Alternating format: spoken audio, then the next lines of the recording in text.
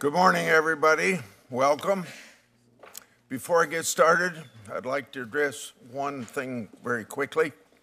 Today, we'll hear from witnesses who will share their perspectives on anti-Semitism. I'd ask those in the crowd to be respectful. Last Congress, protesters shouted profanities about Jewish people in our hate crimes hearing. So we shouldn't tolerate those sort of disruptions at today's hearing. With that, we're going to start with a short video of 1 minute and 6 seconds.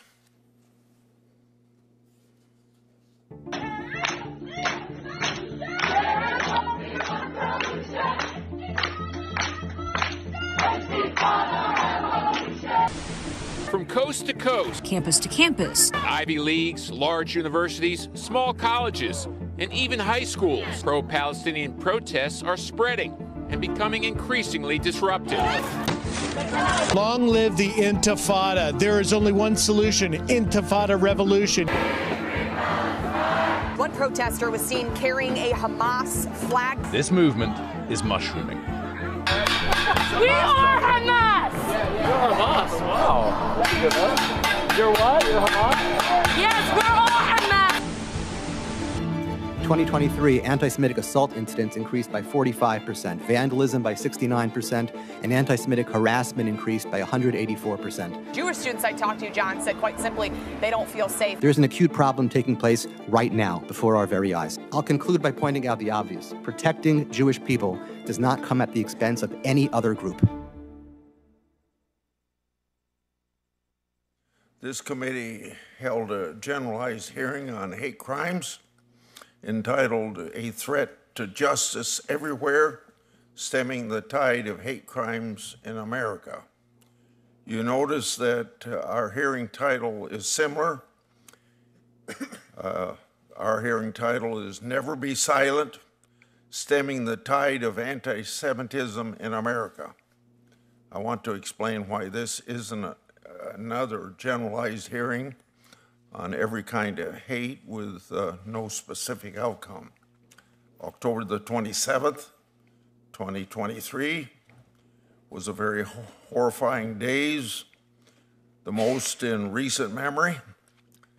Hamas terrorists waged the deadliest attack on Jews since the Holocaust. They callously murdered over 1,200 people, and they slaughtered children. Women were brutally raped. About 250 people, including Americans, were taken hostage. You'd expect this horror to lead everyone to rally around Jewish people. I had people stop me in the hallways last year and ask what I thought about all the killing that was going on as a result of this war. And I tried to respond in a very common sense way. Do you realize that nobody would be killed if Hamas had not invaded? Now, instead, we witnessed stunning acts of anti-Semitism on colleges' campuses. We saw prominent displays of Hezbollah flags, Hamas armbands, genocidal slogans. Our city streets, in them we heard chants of "Death to America" and quote unquote, "We are Hamas." Students, professors, rabbis, shopkeepers were harassed for no reason other than that they were Jewish. At Union Station, you saw on television anti-Israel antagonists brought their evil to the doorsteps of Capitol Hill. They burned American flags, vandalized government property with vile statements including, quote unquote, "Hamas is coming." Those burn marks remain there to this day. These atrocities were fundamentally un-American, and they raised disturbing questions such as, Who is funding these activities? What agenda do these people have? And why do colleges' campuses seem to be fertile ground for radical Islamic ideologue instead of campuses where there's peaceful discussion of opposing points of view and respect for each other's point of view? In the face of questions like these, Congress had a duty to shed light on this issue and to confront it with moral clarity. To that end, my colleagues in the House held multiple hearings on anti-Semitism, exposing the willful blindness of leaders in education and government. But on this side of the Capitol, committees remained silent. Presumably, this silence was because elements within the Democratic Party sympathized with protesters, as one Democratic senator put it, quote, "There is a reckoning necessary in the political left with anti-Semitism and how certain factions have responded after October the 7th. Continuing to quote that senator, "I don't hear a lot of people on our side really focused on condemning it." End of quote. In light of their deafening silences, on May 2nd, 2024, every Republican on this committee wrote a letter requesting that we promptly hold a hearing of this committee to confront the flagrant civil rights violations targeting Jewish students. Yet even though anti-Semitism was literally happening right in front of our eyes, this committee didn't hold a hearing. But even then, after a few months, it was a vague hearing to, quote, "examine threats facing marginalized communities and how we can better protect the safety of all Americans," end of quote.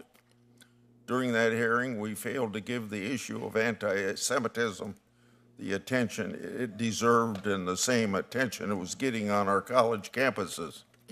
Republicans were given one witness, and incredibly tone-deaf statements were made during this hearing. For example, one of their witnesses called what we're seeing on college campuses, quote, "organic human rights movement," end of quote. She called it a complicated question when asked if Hezbollah and Hamas want to kill Jews, and she glossed over statements like, "long live the Intifada." Clearly, that hearing wasn't responsive to the May 2nd letter from Republicans. More importantly, it wasn't responsive to the historic levels of anti-Semitism that Jewish people were facing every day. In our Republican letter, we wrote, quote, "this committee owes it to Jewish students to examine these civil rights violations," end of quote. We're here today because we still do. The threat of anti-Semitism still looms large.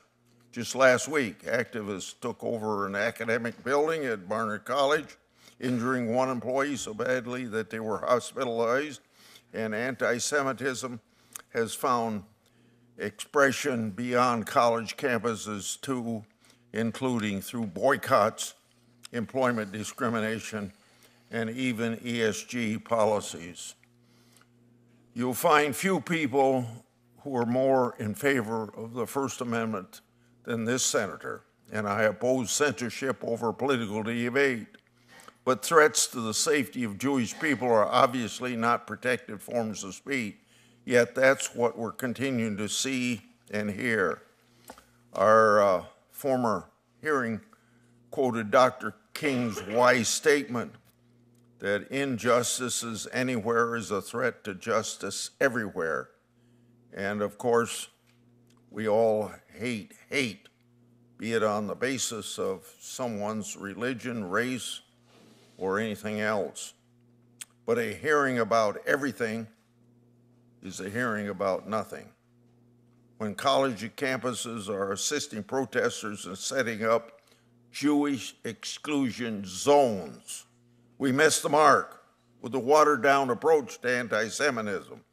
When we equivocate about the acute threat to the Jewish community who were actively being assaulted, we end up turning a blind eye. During his acceptance speech for the Nobel Peace Prize, Elie Wiesel wrote, quote, "The world did know and remain silent, and that is why I swore never to be silent. We must always take sides. Neutrality helps the oppressor, never the victim. Silence encourages the tormentor, never the tormented," end of quote. We can't confront injustice without taking sides. We can't be neutral in the face of hatred. Anti-Semitism is and remains an ongoing poison. Unless we reckon with that, we'll never have the moral clarity to address other forms of injustice as they crop up.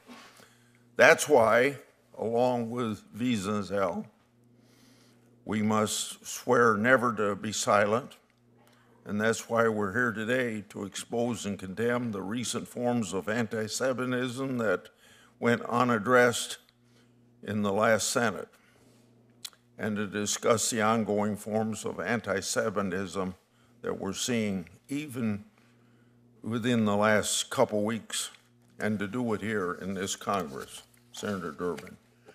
Thank you, Mr. Chairman. Thank you all for attending this important hearing. I never knew my grandmother. She was an immigrant to the United States in 1911. She brought 3 children with her. One was a 2-year-old, my mother. They took a ship. They started in Lithuania, where my mother was born, took a ship to Baltimore, not to New York and Ellis Island, and disembarked and somehow found their way to Illinois. I don't know how. I'm sure no one spoke English. She brought precious few things with her because she had 3 kids to worry about. But one of the things she made a point of bringing to the United States in 1911 was a Roman Catholic prayer book written in Lithuanian. I didn't know the significance of that prayer book. I'd seen it around the house, and my mom took care of it. But it turns out that the Russian Tsar had made it clear that this was contraband. This was illegal. You couldn't have a Catholic prayer book printed in Lithuanian. It had to be Russian. Somehow or another, my grandmother, with limited education, felt that that little book was so damned important that she was ready to risk it by bringing it to the United States of America. It was her statement and our family's statement about her freedom, the freedom of her family to practice their religion. They wanted to be here in the United States of America to practice that religion because they knew that this was a different country than the one they were leaving. Many of the nation's founders fled religious persecution, so religious freedom was critical to them as it was to my grandmother. I still have that prayer book, incidentally, up in my office. That's why the freedom of religion, often called the Constitution's first freedom, is enshrined as the First Amendment to our Constitution. But throughout our history, the United States has grappled with anti-Semitism, which historians have called the, quote, oldest hatred. One infamous example is the 1915 Atlanta lynching of Leo Frank, a prominent Jewish American businessman. Frank's kidnapping and lynching spurred the revival of the Ku Klux Klan, who were notorious for their anti-Jewish bigotry and violence. Most recently, we've seen a resurgence, a sad, tragic resurgence of anti-Semitism in America since the horrific Hamas attack on Israel on October 7th, 2023. And now I'd like to say a few words about the hearing that we had on hate speech as it impacted all religions: Jewish religion, Muslim religion, Christian religion. Yes, we had a hearing on hate speech. We didn't focus on one aspect of it. We focused on many aspects of it. One of the witnesses, or at least attending, I shouldn't say witness, but attending, was the mother of a 6-year-old boy, a Palestinian boy from the suburbs of Chicago. His name was Wadi Al-Fayumi. The landlord in the house where the Palestinian family was living came to the door and told them to leave. And when they didn't leave, he pulled out a knife and stabbed the 6-year-old boy to death repeatedly, over and over and over again. His mother was hiding in the bathroom. She'd been stabbed as well. It was clearly a hate crime, and it was based on their religion. And the fact that that was part of the hearing did not diminish in any way my strong feelings about anti-Semitism. It is the same hatred that we are trying to stamp out in this country. In 2023 alone, which only includes the first 3 months after October 7th, the FBI reported 2,000 hate crimes against the Jewish community. More than 2/3 of all reported religious-based hate crimes in 2023 were driven by anti-Jewish bias. I'm making no excuses for that, but whether your bias is against the Jewish people, Muslim people, Christian people, or any other religion, it is still a hate crime. And in America, we should condemn them all. As chair of this committee, I held multiple hearings on the growing threat of hate-motivated violence. We heard compelling testimony from Rabbi Charlie Citron Walker. I hope I pronounced that name correctly, did I? About the 2022 hostage crisis at his Colleyville, Texas synagogue. He told us how he opened the door to the terrorists because of his belief, the rabbi said, that the temple should be, quote, a house of prayer for all people. He also testified he survived that day because, as the leader of a synagogue in America, he was well trained to respond to security threats. We have to work together to bring about a day where rabbis need only be spiritual leaders, not security experts as well. Rabbi Citron Walker told us that, quote, a terrorist chose a Jewish synagogue because he thought the Jews control the world, end of quote. We must do everything in our power to debunk this bigoted lie, which has driven so much anti-Semitism throughout history. Let's be clear, there is no justification, none, for anti-Semitism, whether from the left or the right side of the political spectrum. Violence or threats of violence have no place, none, on our college campuses and should be prosecuted to the full extent of the law. It is up to the political leaders to stand up and condemn anti-Semitism wherever and whenever we see it, even if it's coming from the most powerful people in the nation. That's why I feel compelled to say how troubled I am by some of the actions of this administration. First of all, I reject President Trump's comments that, quote, any Jewish person that votes for Democrats hates their religion. That was a statement by President Trump. And, quote, people in this country that are Jewish no longer love Israel. That's what the president said.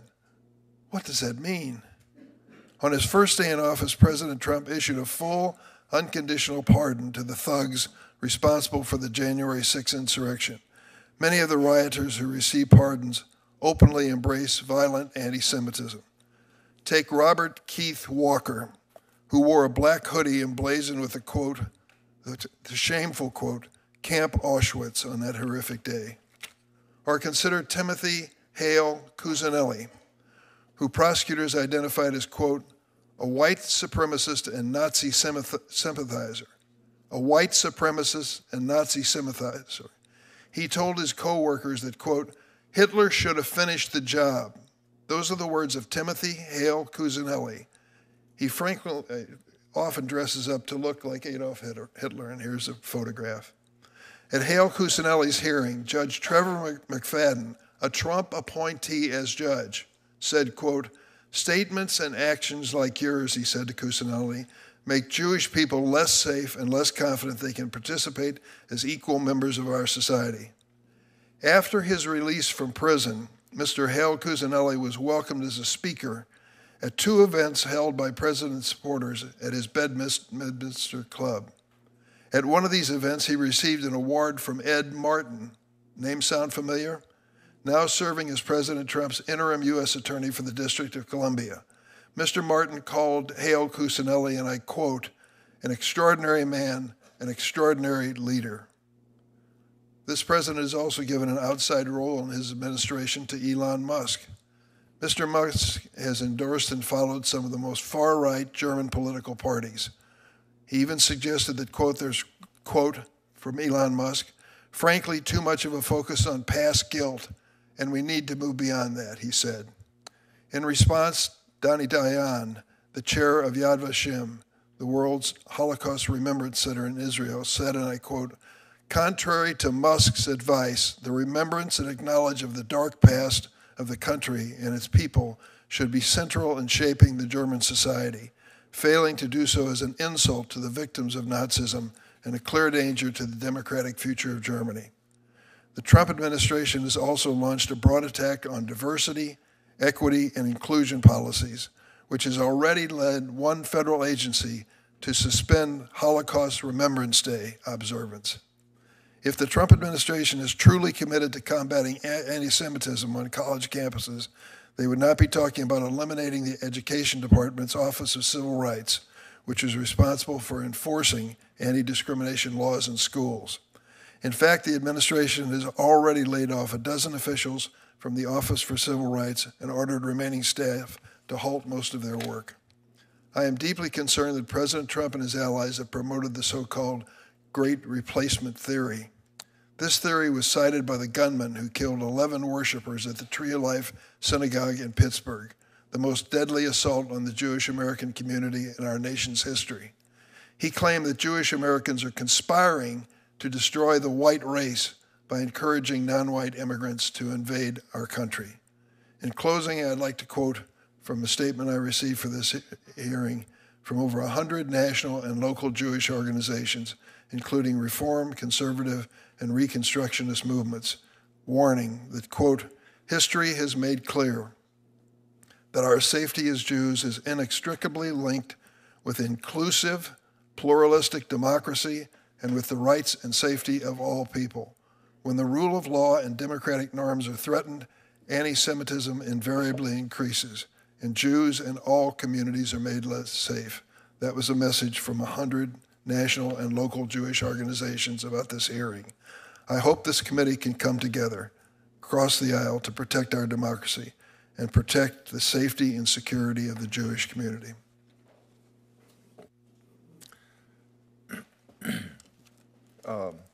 Before I introduce the witnesses, I think I want to make clear that I think that the Trump administration is taking strong steps to fight anti-Semitism in this country. Yesterday, for instance, Trump threatened to pull federal funding from any colleges, schools, and universities that allow illegal protests. He issued 2 executive orders, one in this term and one in last term. And his Attorney General, Pan Bondi, created a multi-agency task force to help tackle this problem. And I think we should also support the Department of Education's recently announced Title VI investigation into universities where anti-Semitic harassment has been responded. I'm going to introduce 3 witnesses, and Senator Durbin's going to introduce 2. Our first witness is Ms. Adela Kohab. She's a legal fellow at the National Jewish Advocacy Center, New York City, an advocate for Jewish college students. She gained national attention while a student at NYU when she filed a civil rights complaint against the university in 2019 for discrimination against Jewish students. She's also a UN speaker on Jewish rights and has written extensively on issues related to anti-Semitism in Israel. Next, we have Eliza Lewin, president of the Louis D. Brandeis Center for Human Rights Under Law. This nonprofit was created to advance civil and human rights for Jewish people and promote justice for all. The Brandeis Center engages in research, education, legal advocacy, combating the resurgence of anti-Semitism on campuses and in workplaces. The center also trains students to understand their legal rights and educate employers on best practices to combat anti-Semitism. Then we'll hear from Uzra Noami, an American journalist, author, activist, who has worked on issues related to Islam's women's rights and free speech. She's a former Wall Street Journal reporter. She has written extensively on these issues. Her advocacy is motivated by her dear friend and colleague, Daniel Pearl, who we all know was savagely murdered by terrorists in Pakistan. Senator Durbin. Thanks, Mr. Chairman. I'd like to first welcome Kevin Racklin. He's the inaugural Washington director at the Nexus Project. 15 years experience in advocacy, coalition building, and nonprofit leadership. Senior fellow for Israel and Palestine policy at the Alliance for Peace Building. Kevin previously served as Vice President of Public Affairs at J Street and as the U.S. Director for the Alliance for Middle East Peace. I also welcome Mirav Solomon. Did I pronounce your name correctly? Good. Junior at Tufts University, studying international relations, concentrating on the Middle East. She's an alumnus of the School for Ethics and Global Leadership. I'm going to mess this name up, I'm afraid. The Kavunan Gap Year Program and Seeds of Peace. She's also served on Tufts Hillel Student Board and is trained dialogue facilitator with Essential Partners. Thank you all for being here. Now I would ask you to stand and take an oath. Do you swear or affirm that the testimony you're about to give before this committee will be the truth, the whole truth, and nothing but the truth? So help you God. Let the record note that all have said yes, and we'll let you start, Adela.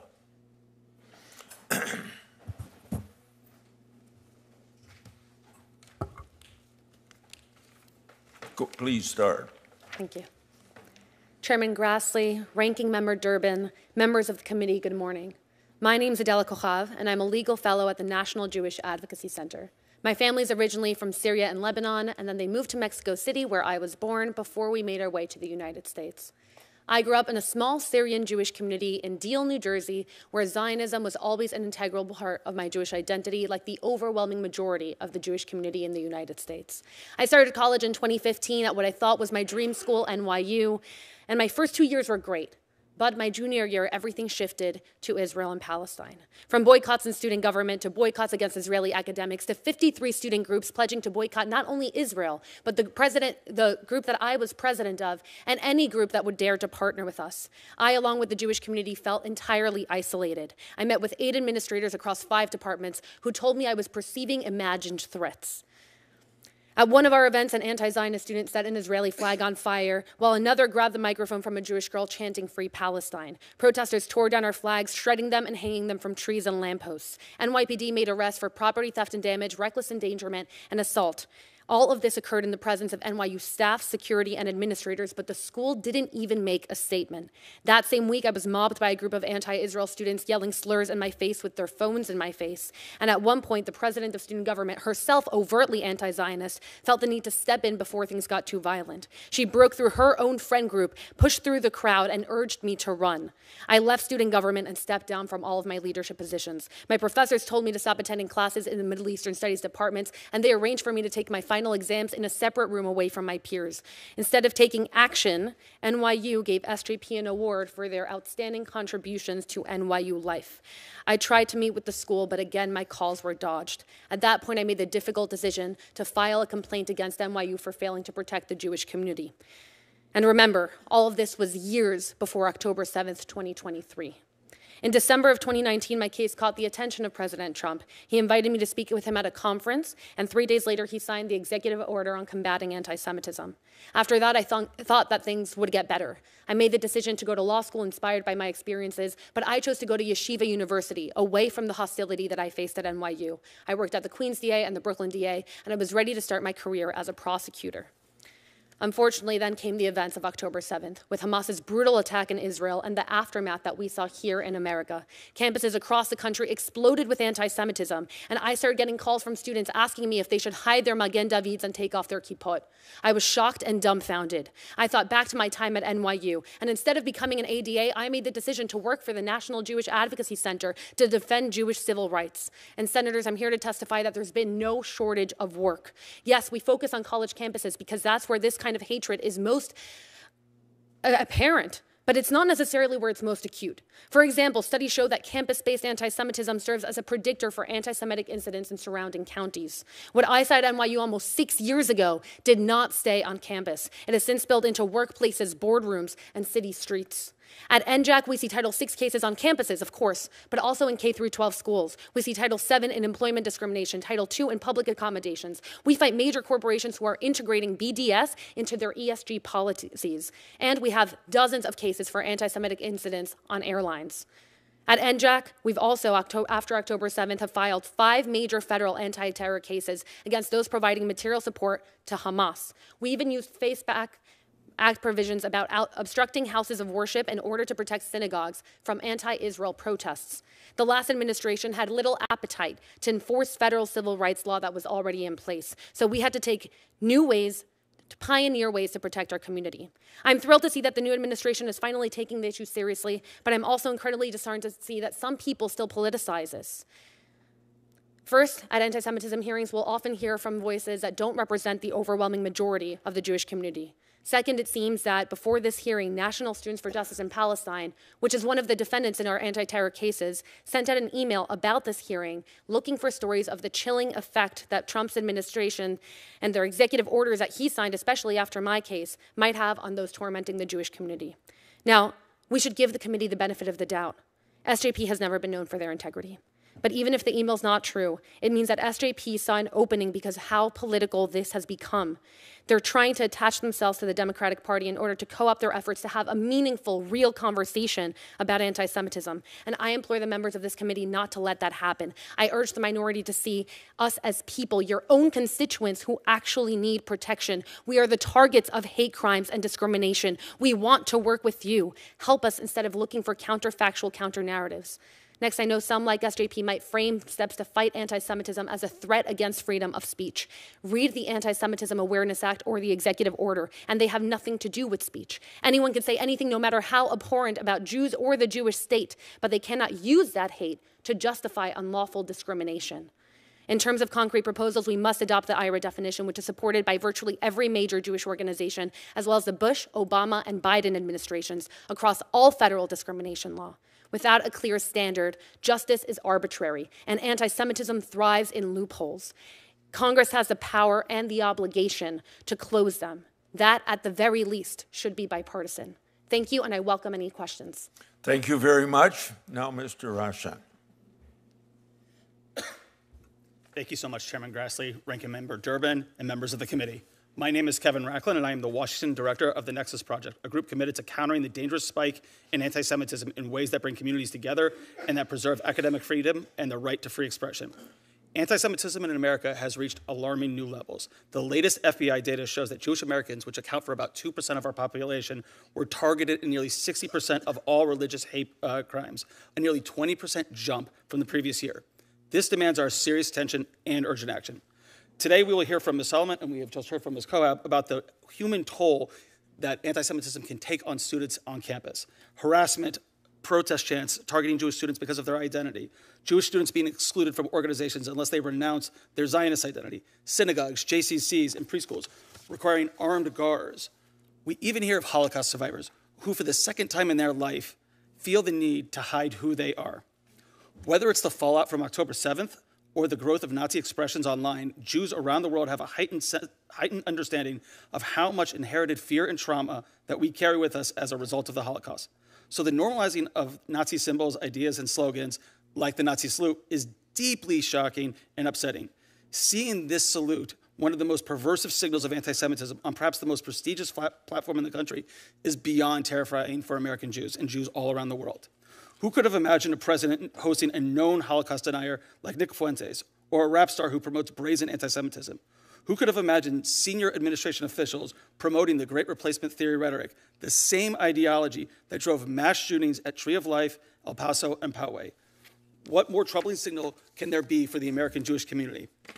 And what's most troubling about all of this is that the lack of meaningful condemnation when public figures like Steve Bannon and Elon Musk advance anti-Semitic conspiracy theories or flash Nazi salutes at major political gatherings. These gestures are celebrated and embraced by the most extreme parts of the hate movement, and the relative silence of too many of our politicians normalizes hate and emboldens those animated by anti-Semitic ideas. Congress has spent more time in press conferences and hearings than voting on funding for substantial solutions to this crisis. The Trump administration, meanwhile, seems to be using the legitimate pain of Jewish communities to advance an agenda that most Jewish Americans do not support. A prime example of this is the Heritage Foundation's Project Esther. This initiative is not endorsed by any major Jewish organization and was developed with minimal Jewish input. And it shows. Esther harmfully exploits our legitimate security concerns to sow fear and whip up support for policies that Jewish Americans have not asked for and overwhelmingly reject. Project Esther paints liberal civil society groups as a Hamas support network without any proof. A recent Trump administration executive order seeks to turn universities into immigration enforcers.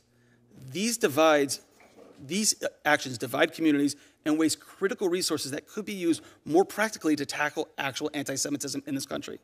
The demonizing of vital institutions in Esther is now starting to come out in the mouths of our cabinet secretaries, like Secretary Kennedy, who just this week called universities greenhouses for this deadly pestilence of so-called woke cancel culture. This does not make Jews feel safer. It divides our society and pits Jews against other vulnerable communities who also face xenophobia, hate, and discrimination. Jewish safety is most secure in healthy and thriving democracies with robust civil rights protections. History shows that we are most vulnerable when democratic institutions are weakened or destroyed. Therefore, I really wish this committee to consider these recommendations. First, I urge you to speak out against anti-Semitism, regardless if it comes from your party or your group. This should be easy. No respectable person should stand by in silence while public figures use the symbols, slogans, and ideas of the most anti-Semitic, hateful, and genocidal regime in human history. Second, instead of hearings and finger-pointing, use your power to authorize concrete action, like the Countering Anti-Semitism Act, which was introduced last year and which the majority of this committee supported and co-sponsored. While that bill is flawed, it still enjoyed far more Jewish communal support than any other congressional initiative related to this issue in recent memory. Third, listen to us. Listen to Jewish voices. Listen to the large plurality of Jewish voices and organizations warning that America must not be allowed to slide into authoritarianism. Now, as throughout our history, attacks on pluralism and on democratic norms make us feel less safe. And finally, don't discard the 2023 National Strategy to Counter Anti-Semitism. It is a landmark document, a first of its kind, developed with input from over 1,000 Jewish communal professionals and with robust bipartisan support, including most of the people on this committee. We need thoughtful, evidence-based policies rather than rhetorical gestures that exploit our fears for unrelated political objectives. The most important way to confront anti-Semitism is to strengthen democracy and not to undermine it. There has to be a way for leaders can protect Jews without targeting other communities. I know that I and the other members of the other witnesses stand ready to work with this committee on real solutions that bring communities together rather than divide them apart. Thank you so much, and I look forward to everyone's questions. Thank you. Now, Ms. Lewin. Chairman Grassley, Ranking Member Durbin, and esteemed members of the committee, I'm honored to appear before you today. My name is Aliza Lewin, and I'm president of the Louis D. Brandeis Center for Human Rights Under Law. I also have a law practice together with my father, Nathan Lewin, where I worked full-time before coming to the Brandeis Center. As an attorney, I've devoted much of my professional career to pursuing legal initiatives on behalf of the Jewish people. I led the legal team that represented the Israeli manufacturer and distributor of Ben & Jerry's ice cream in his lawsuit against the ice cream company, which prevented an unlawful boycott of Israel. And I argued the case Zivotofsky versus Kerry before the U.S. Supreme Court, which influenced U.S. policy on Jerusalem's recognition.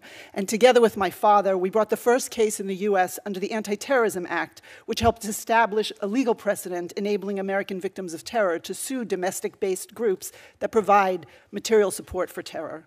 As president of the Brandeis Center, I have spoken for the past 7 years when I've been in this position, almost every day, with students, parents, employees, medical professionals, patients, and other individuals who have encountered anti-Semitism. And let me share with you a bit of what I am hearing from them. First, Jewish students on campus are being subjected to a sustained, coordinated campaign that has convinced many of their classmates, professors, and even some administrators that it's okay and even commendable to ostracize Jewish students who refuse to renounce their connection to Israel. Two, universities have not only failed to protect their Jewish students from this harassment, but over the past year they have frequently catered to the very people who are doing the discrimination by refusing to hold them accountable for violating university policies and the law. Three, often the ones engaging in the discrimination claim that they're not discriminating against Jews, they're only discriminating against quote-unquote Zionists. But Zionism, the recognition that the Jews are a people with a deep ancestral connection to the land of Israel, and that as a people, Jews have a right to self-determination in their ancestral homeland, is, for most Jews, an integral component of their Jewishness. It's true that not all Jews are Zionists, just as not all Jews are Sabbath observers. But that does not negate the fact that for Jews who observe the Sabbath and for Jews who celebrate the Jewish people's ancestral heritage, those are key components of what it means to them to be Jewish. If someone were to exclude all Sabbath-observant Jews from their club, that would be obvious Jew hatred. Excluding Jews from a club or a space on campus for being Zionists is no different. It's akin to demanding that a Catholic disavow the Vatican or Muslims distance themselves from Mecca in order to be accepted. It's discriminatory, biased, and immoral. Four, over and over again, students and faculty and outside agitators break laws and violate campus rules in order to single out Israel and demonize the Jewish people. Make no mistake, what we're seeing on campus is not a good faith political debate. Students are not dialoguing, they're not even debating Middle Eastern policy in an effort to make constructive change. No, in fact, when Jewish students seek to engage and actually discuss the issues, they're frequently shut down and told, we don't speak to Zionists, or we won't speak with the colonizing oppressors. What's taking place on campus is not a good faith political debate. It is the vilification of Jews.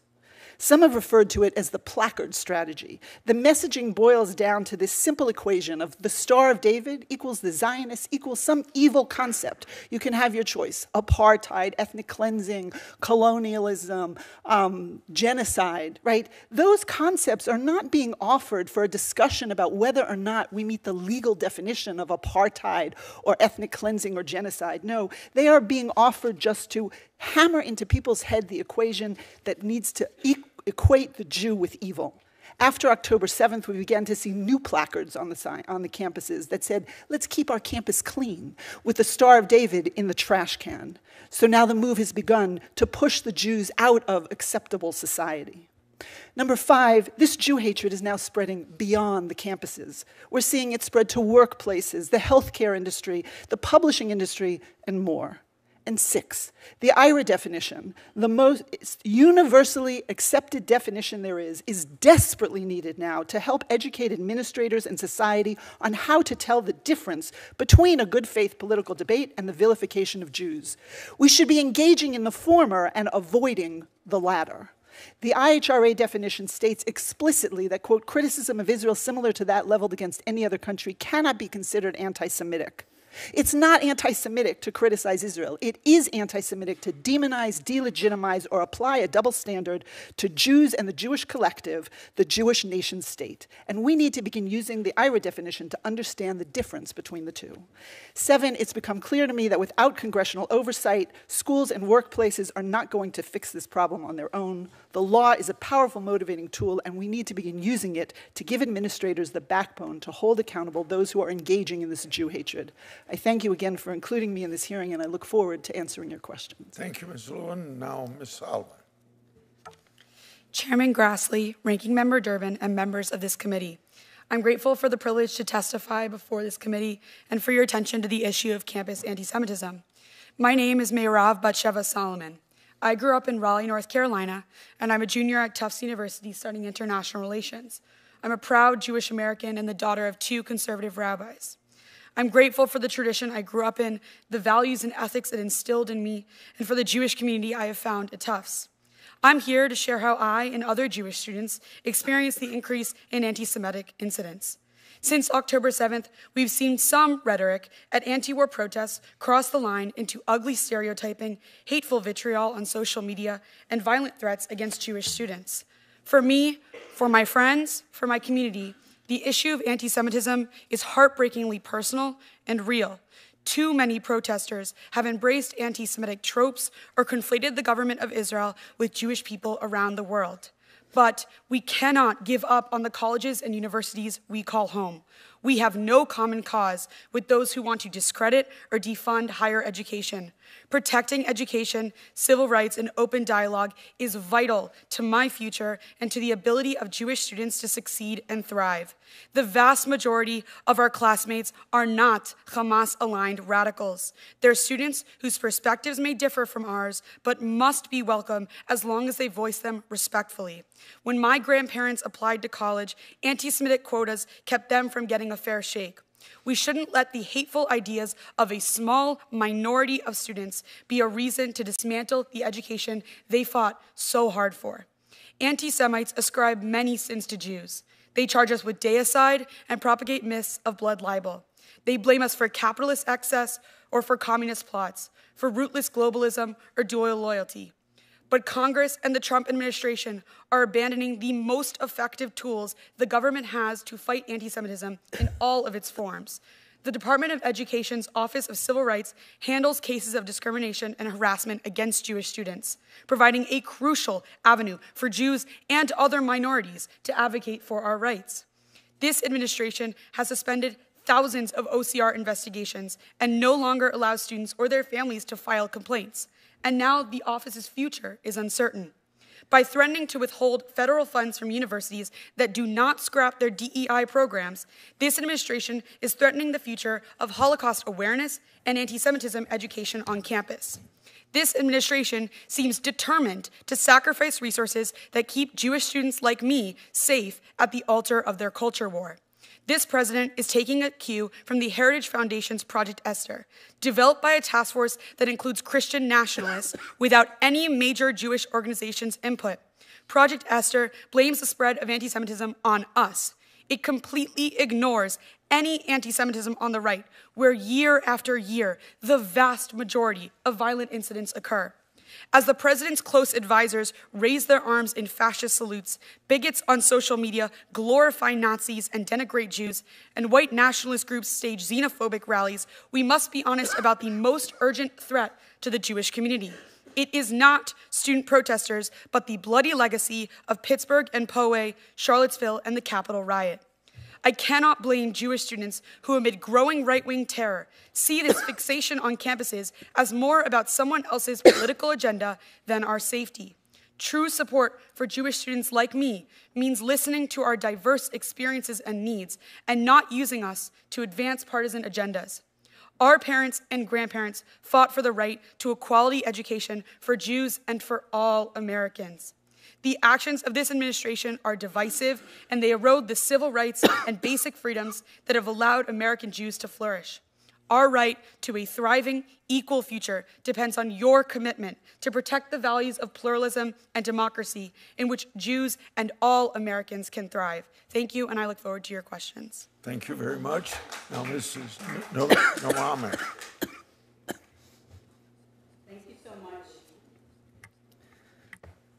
Thank you so much, Chairman Grassley and Ranking Member Durbin. I sit before you today as a witness to what I have seen on the streets of our world. I was born in India. My parents gave me the name of Asra Nomani. Asra means the mystical journey that the Prophet Muhammad made from Mecca to Jerusalem, landing at the rock that now is called the Dome of the Rock. Why I'm here today is because I have a deep and profound care for every sentiment expressed today about this war that we are seeing on the Jewish people. It is disturbing and frightening. It is my worst nightmare. 22 years ago, I stood on a street in Karachi, Pakistan, and I waved goodbye to a dear friend. His name was Daniel Pearl. He was a friend who helped me learn America as an immigrant. He went with me to the big hunt down at DuPont Circle, now abandoned. He let me throw my first party because I hadn't gone to my prom as a good Muslim girl. There were parrots above us, and they sang into that Karachi sun. And in the days that followed, my friends, we learned that Danny had been kidnapped. He had been kidnapped by Muslim militants. First, they said he was a spy for the CIA. And then the newspapers unfortunately reported that Danny is Jewish. The ransom note arrived, senators, and it said that he was not just a spy for America, but he was a spy for the Mossad, the Israeli intelligence agency. What they did in those next days is they demonized Danny because he was a grandson of Israel. Weeks later, we received the murder video. And in the murder video, Danny declared those words that are lasting forever beyond his breath. My father is Jewish, my mother is Jewish, I am Jewish. Many people will think that he was targeted because he was Jewish. But an FBI agent went and interviewed the kidnapper, and he said, I didn't target him just because he's Jewish. I targeted him because he is a son of Israel. And in those last words of Danny, he said, there is a street in a town called B'nai Brak with my ancestor's name, Haim Pearl Street. I am here to report to you that in the 22 years since then, I have been investigating the network that has perpetuated the hate that was targeted against Danny. We have called them agitators today, and we have called them protesters, but they have names. They are from organizations that are in a network that I have numbered now at 1,500. This is not a grassroots organization. They put out posters like this one with military warfare, and ironically, no pride in genocide, free Palestine. They target everyone. I have this poster from the Democratic National Committee convention, and you will see familiar faces, yes, because they target the Democrats also. But if you don't believe me about this network, look at their signs. What does it say here? American Muslims for Palestine. What does, Chairman Grassley, you mentioned the Hamas is coming graffiti at Union Station. It was not just an agitator, it was a man who is the Richmond director of American Muslims for Palestine. Who is it that burnt the flag at Union Station? It was a man who is, look at the fine print, Party for Socialism and Liberation. The hate that killed Danny Pearl on the streets of Karachi is now in our streets. It's on our campuses. It's a frightening network of the far left and the Islamist groups. Nobody in this room can support their ideals. Their ideals are against individual liberties and free enterprise. They want to destroy the United States of America. They want to destroy Israel. And our young Jewish students on campuses, our younger Dannies, are in their crosshairs. We must recognize this existential threat. It is a vast network. We must investigate them. We must have them register with the Foreign Agent Registration Act when they are doing the work of these malign foreign actors that want to destroy America. And we must support Muslim reform movement leaders who want to stand up with our Jewish brothers and sisters. Two of them sit behind me today, Anila Ali and Surya Deen, and they are the solution. We are the solution. We do not have to be divided in our contest over suffering. We must end hate of all kinds so that Danny's legacy can survive into the modern day with freedom for all, and transparency and accountability so that all our young Dannies can be safe in this world. Thank you so much.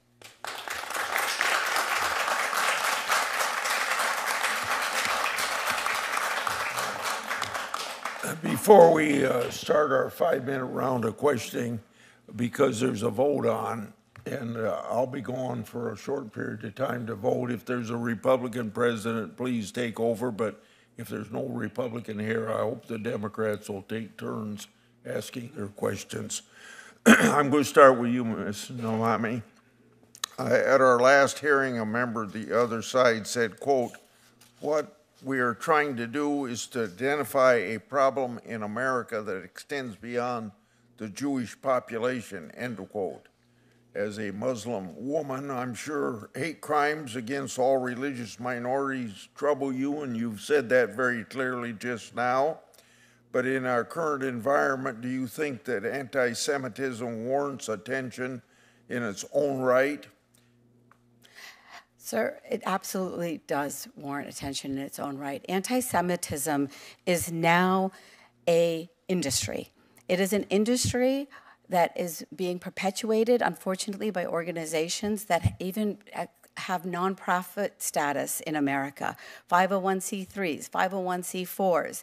And these are organizations that are belying their own mission in order to use as a Trojan horse this opposition to Israel to perpetuate this hate. These young students that we have are the targets of that hate. It is October 7th became their moment. And what has happened is that, unfortunately, pulling our punches and not recognizing their danger in our society serves no one, and it absolutely does not serve our interests of an inclusive society. An actual inclusive society means that we do not allow hate of any kind, and the kind that we have right now against our Jewish community is of epidemic proportions. Ms. Kohab, this first question, if you don't want to answer it, you don't have to. I got two questions for you. What are your views on Trump's administration approach to anti-Semitism?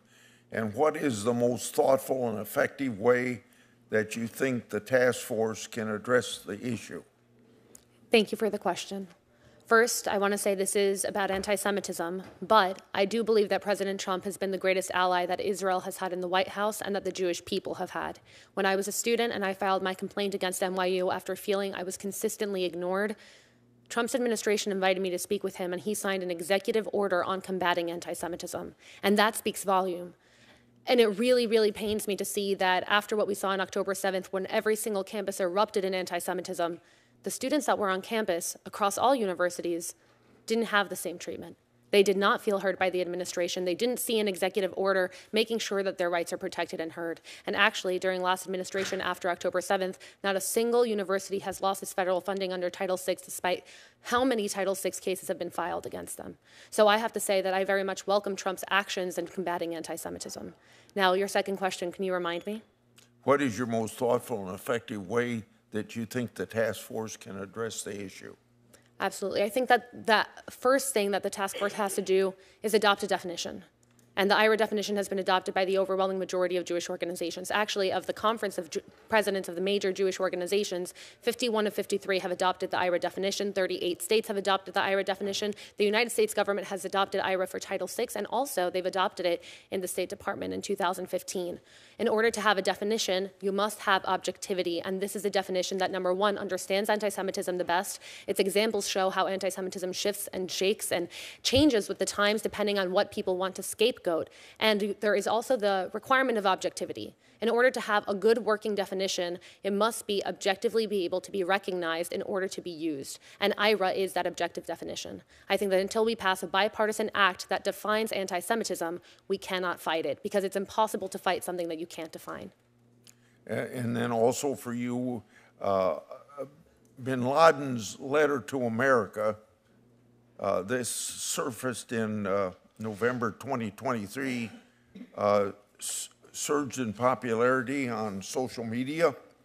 as an influencer, what role do you think social media plays in spreading anti-Semitism, and how are the platforms responsible for it? So that's a phenomenal question. And first I want to say that social media doesn't generate ideas, it just spreads them. And this is actually what I was taught at NYU. In one of my Middle Eastern Studies classes, we read an essay called The Jihadist Next Door, among many other essays that glorified religious extremism and jihadism, putting it in the social and cultural context of the time. And when I raised my hand in class to ask whether Osama bin Laden was a terrorist, I was met with scoffs and laughs, and my professor said, I'm sure some would call him that. So I saw this at NYU in 2016 and 17. This was nothing new. So in 2023, when this starts going viral on social media, all I saw was exactly what my peers were already parroting. Now, as someone who does have a substantial following on social media, I mainly use Instagram. I also use YouTube. I no longer use TikTok.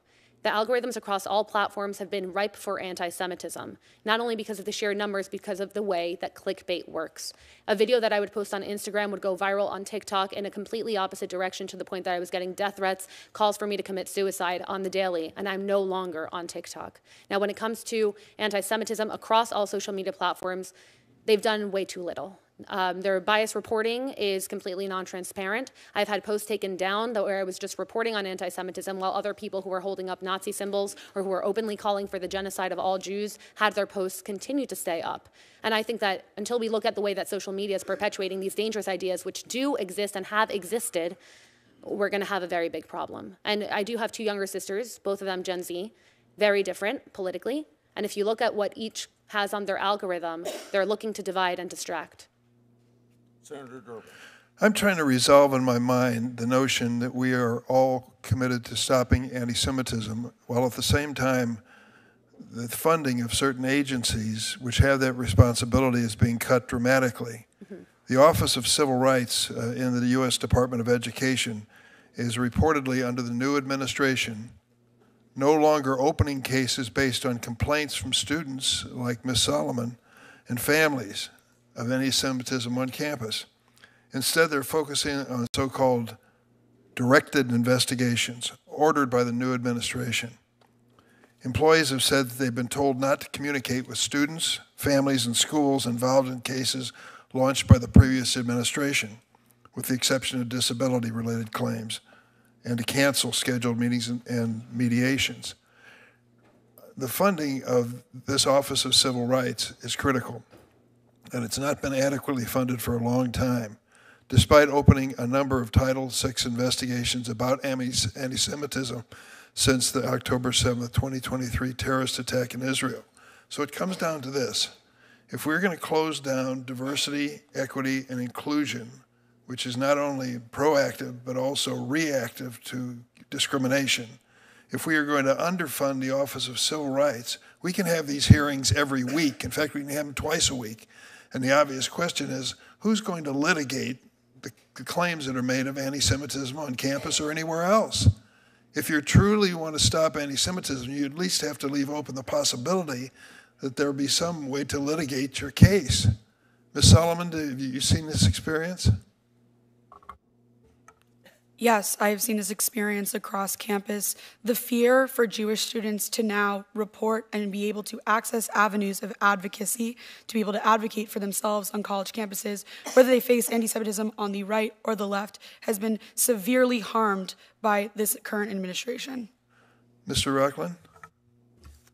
I couldn't agree with Ms. Solomon more. The data shows, as of last year, before the new administration had decided to stop funding and starting to investigate whether or not the Department of Education should exist, there was a 50-to-1 caseload in terms of 50 cases per one investigator at OCR. The office has consistently been underfunded and is consistently up for cuts by Congress. One of the things that I have been talking about and pushing more than anything else is this was a bill last Congress called the Showing Up for Students Act that was introduced by your colleague, Mr. Casey, and Mr. Goldman on the House side. And all this would do would be to increase the amount of money to go to OCR so that they can adequately have the funding to continue these investigations. I think without OCR in this space, things get very dangerous. And while it's languishing in purgatory, more and more cases continue to build up. So the point of this inquiry is basic. If we all agree on the premise that anti-Semitism should be stopped, where do you go to stop it? If the new administration believes it shouldn't be the Department of Education, even some have called for abolishing that department, and it shouldn't be the Office of Civil Rights, where do you turn? You can't have it both ways. You can't declare that this is wrong and we need to stop it, we need to give due process and a day in court to those who are aggrieved, and then shut down on your funding and your philosophy the venues that are important for this to happen. That to me just seems so obvious. I can't follow the thinking on that. So I hope that we can resolve that.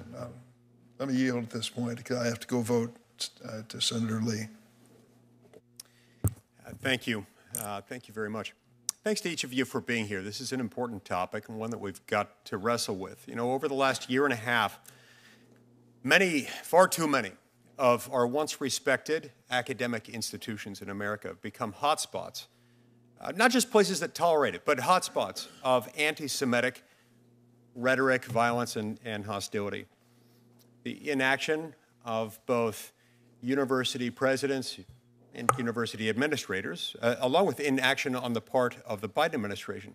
These are things that have allowed a notable and unfortunate surge in anti-Semitism to create an atmosphere of fear and intimidation, depriving Jewish students, among others, of the opportunity to have a safe learning environment, an environment that's conducive to learning as opposed to something quite the opposite of that.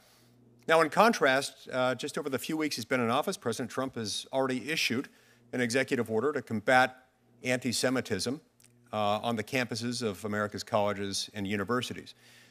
To enforce that mandate, he's established the Federal Task Force to Combat Anti-Semitism, which plans to visit 10 universities identified as having allowed anti-Semitic violence to foment and to remain unchecked. Now, moments ago, we heard from one of my Democratic colleagues a suggestion that what has allowed this to happen is not, in fact, the fact that the U.S. government has literally funded Hamas, literally given money that has gone to Hamas, literally funded what Ms. Nomami was referring to, my term, not hers, the anti-Semitic industrial complex. Instead, it's a desire to withdraw some funding from the Office of Civil Rights within the U.S. Department of Education. Let me ask the question. At what point did the Office of Civil Rights inside the U.S. Department of Education do a darn thing about this? At what point did they stop funding from going to Hamas? At what point did they call for a halt to U.S. government funding of the anti-Semitism industrial complex? They didn't. They can't. He's talking about the wrong enemy. The enemy is before us. It's found in university colleges and administrations and in the prior administration for not doing anything at all about this. Ms. Gohab, with President Trump's administration prioritizing and escalating efforts to eradicate anti-Semitism on our college and university campuses in America, have you noticed any universities making reforms in response to that? Not specifically, but I do understand from what I speak to students, which, by the way, I speak to students almost daily, students who are on campuses not only on the East Coast, but on the West Coast, in the South, and up North. And for the most part, they say that universities, for the first time, are seeming to take anti-Semitism seriously. They're no longer bending knees. What you saw at Columbia and at Barnard was a tragedy. This happened a week ago when students took over a building again. I mean, there's actually a video of the dean asking for permission from the protesters to use the restroom. We can't see that anymore. We can't see that at all.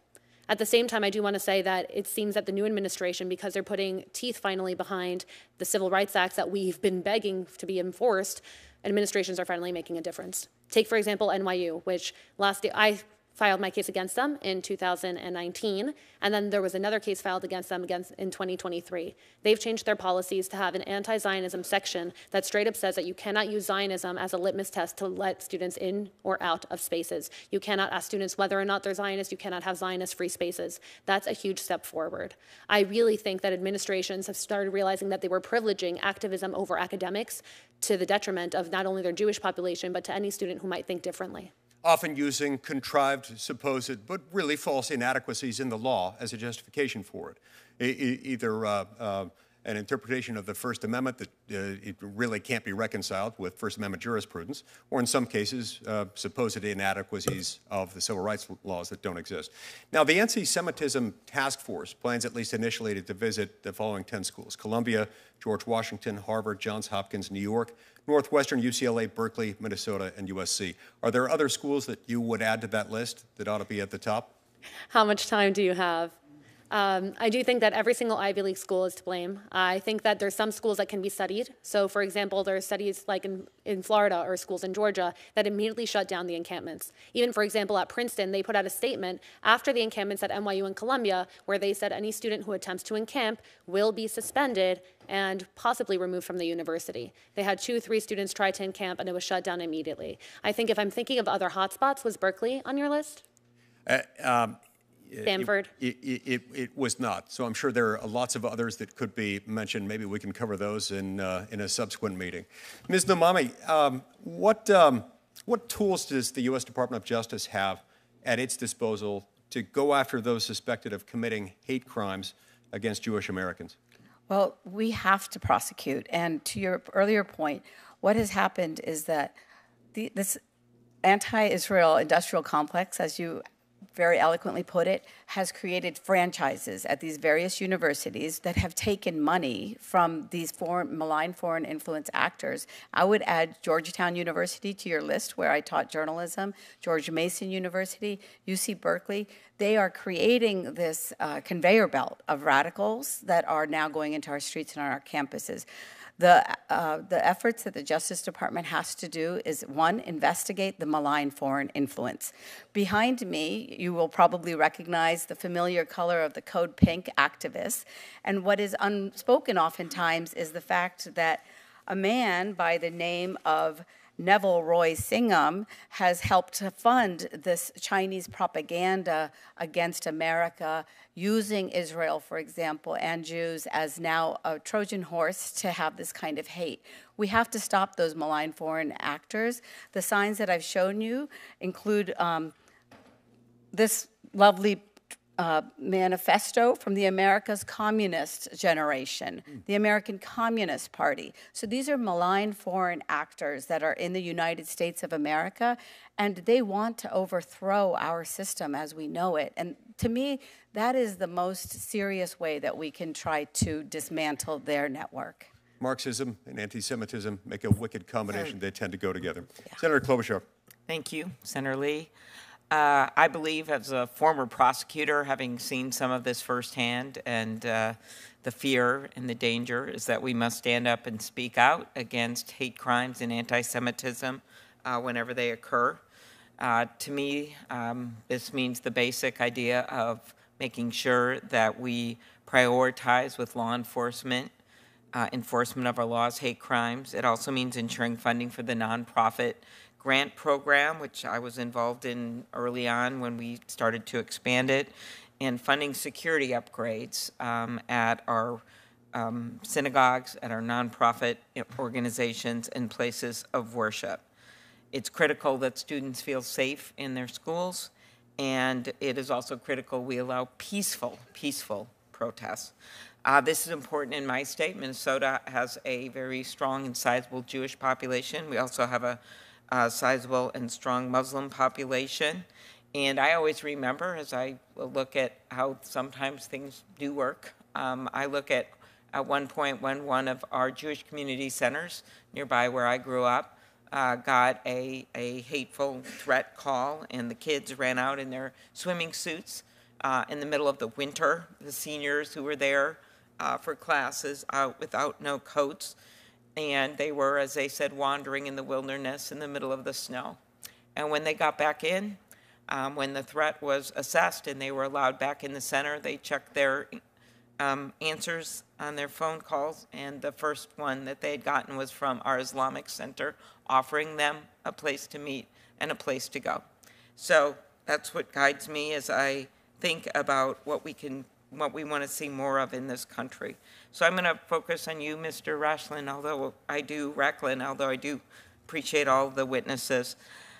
Minnesota, just last year, as many as 25 Jewish schools and religious facilities received bomb threats. We also had threats on mosques, and we actually had a pretty severe bombing at a mosque that was investigated by the FBI years ago, and people were prosecuted that were white supremacists. In your testimony, you said that the fear of anti-Semitism has become commonplace for too many American Jews. Could you talk about how we could better direct ways for the public to help out on this? Our U.S. attorney that from the last administration, Andy Luger, who's Jewish and really created a good working relationship with our Muslim community, prioritized working to build community relations, including meeting with those at Temple Israel in Minneapolis after their synagogue was defaced, making sure the community was informed. Could you talk a little bit about that? So first, thank you so much for the question, and I also want to thank you for mentioning the Nonprofit Security Grant Program. I know I speak for everyone up here and for the vast majority of the Jewish community that it is one of the most vital programs that Congress has passed, and it allows us to feel safe in our communities. That being said, to your point of what else can be done, hardening targets can only get us so far. Providing armed security guards and bulletproof glass and different kinds of methods to keep us safe within buildings only gets us halfway there. I think the example you brought up about the Islamic Center texting out about the different people and trying to get them to come in while they were out in the cold when there was a bomb threat, I think that speaks volumes. I've worked in the peace building space in Israel and Palestine, and one of the biggest things I've noticed is the ability to bring people together, and I think that's absolutely critical. And so when we're looking at ways to combat anti-Semitism and to end it writ large, you have to look at things beyond hardening targets. I would strongly recommend people to invest in coalition building processes, bringing communities from across the spectrum together to actually have constructive conversations, to create a shared language of what is and what isn't anti-Semitism, and even beyond that, what is hate and what's not. So social media, this committee is determined to do more on that, especially I think this Congress. Senator Grassley's long been involved in this, and of course protecting speech. But when we look at things like pornography, fentanyl sold online, impact social media is having on spreading hate. Could you talk a little bit about that? Is there enough being done online? Because I'm afraid this is instigating some of this. I would say absolutely not. I think more needs to be done online. I think one of the major drivers of anti-Semitism online is the X platform, the platform formerly known as Twitter, with the removal of safeguards and with Mr. Musk ascending to run that company. We've seen a massive increase in anti-Semitism being propagated on that platform and spreading out from there. And that's just one platform. That's not even talking about Meta or the other social media platforms. So I think there needs to be more done to actually bring them to heel, to understand what is anti-Semitism, and to actually stop, in many cases, those CEOs that run those organizations from pushing those theories out farther. Okay. Last question. I pressed FBI Director Patel to prioritize thoroughly investigating hate crimes against all communities, including the Jewish community, and he agreed.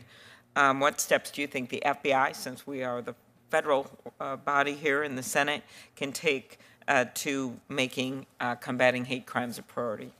So one, I would think that, I would hope that the FBI and the new administration would actually refer back to the 2023 strategy that was supported by Jews across the spectrum, and actually look at this not just from an FBI perspective, but from a whole of society perspective. How do we do this as a society to actually eradicate anti-Semitism? And I think that is the larger question, rather than isolated on the FBI. Okay, thank you. Thank you. Senator Kennedy.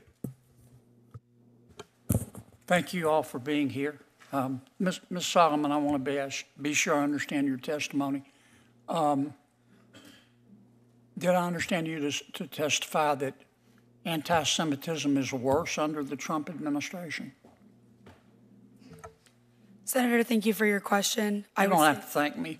Okay. Your best thanks is to answer. Okay. Well, I'll tell you that anti-Semitism has been rising, especially since the 2017 but has the Trump Charlottesville administration attack. caused that? Is that your testimony? I wouldn't say the Trump administration has caused anti-Semitism. Has there been an increase since Trump has entered office? Yes. Do you see a causal connection there? Yes. Why? Trump has highlighted and platformed neo-Nazis and white supremacists. Okay. Mr. I can't see that far. Racklin. Mr. Racklin, I understood you to say that in answer to Senator Durbin's question, the spending reductions,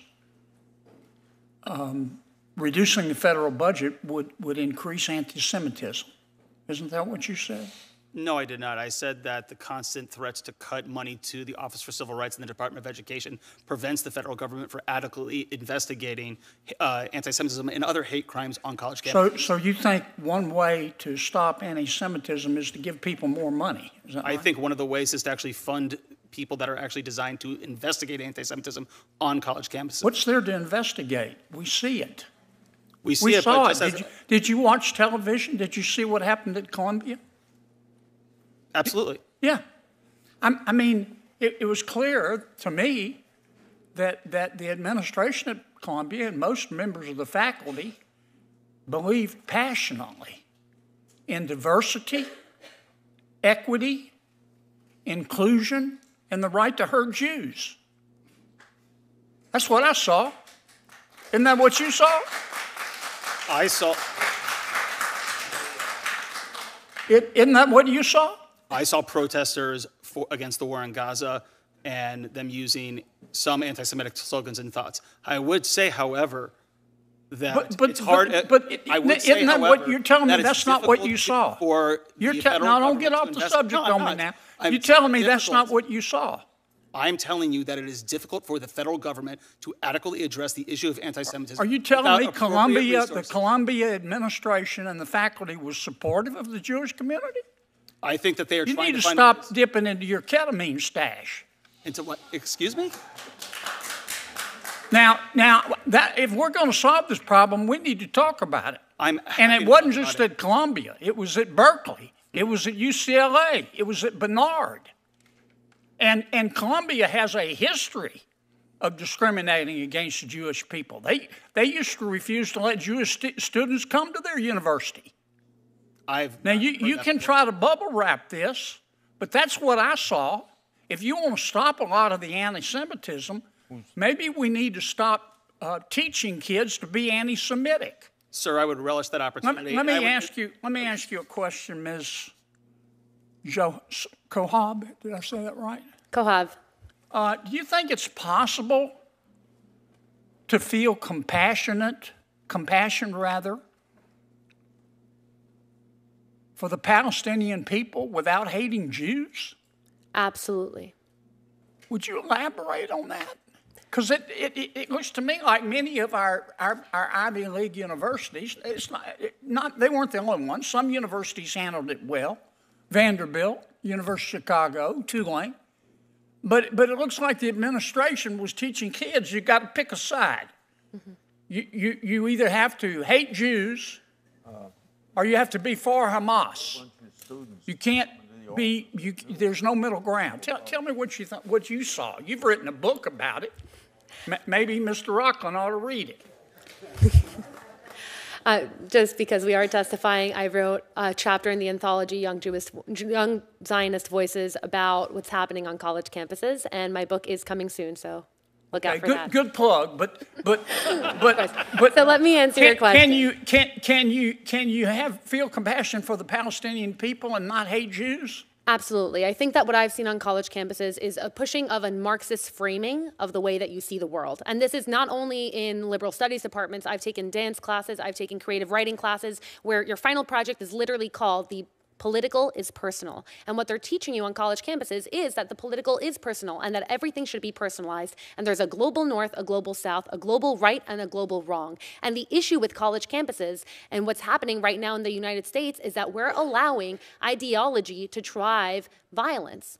A society that says that you can commit violent acts based on your ideology because your ideology is correct is a society that's eroding, and that's what I see on college campuses. Now, you asked if I could feel Palestinian peoplehood, right? If I could feel compassion for the Palestinian people.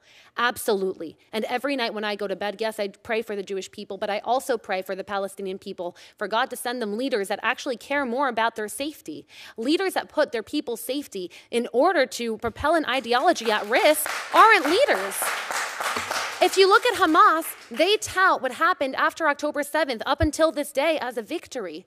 How can you lie in rubble after thousands of your people have died and call that a victory? So what I see that has to happen on college campuses is de-radicalization. Until you admit that there's a radical ideology happening on a college campus, you cannot fight it. You cannot fight it. Senator Arano, hey, I know there's a lot of strong feelings in here. We all have them. But each member only has 5 minutes, and it just takes time away from their 5 minutes if you really want to get all these facts out. Ms. Hirano. Mr. Chairman, thank you all for testifying. And I recognize how important this issue is because, of course, there was a time when we had a lot of focus on the attacks on the Asian American, Pacific Islander, Native Hawaiian community, especially during COVID. So the safety of especially our minority community members is always an issue in this country. And we have not, in my view, done a particularly good job of making sure that people are safe. I do have a question for Mr. Racklin. Now, I mean, we have an administration that is totally obsessed with DEI.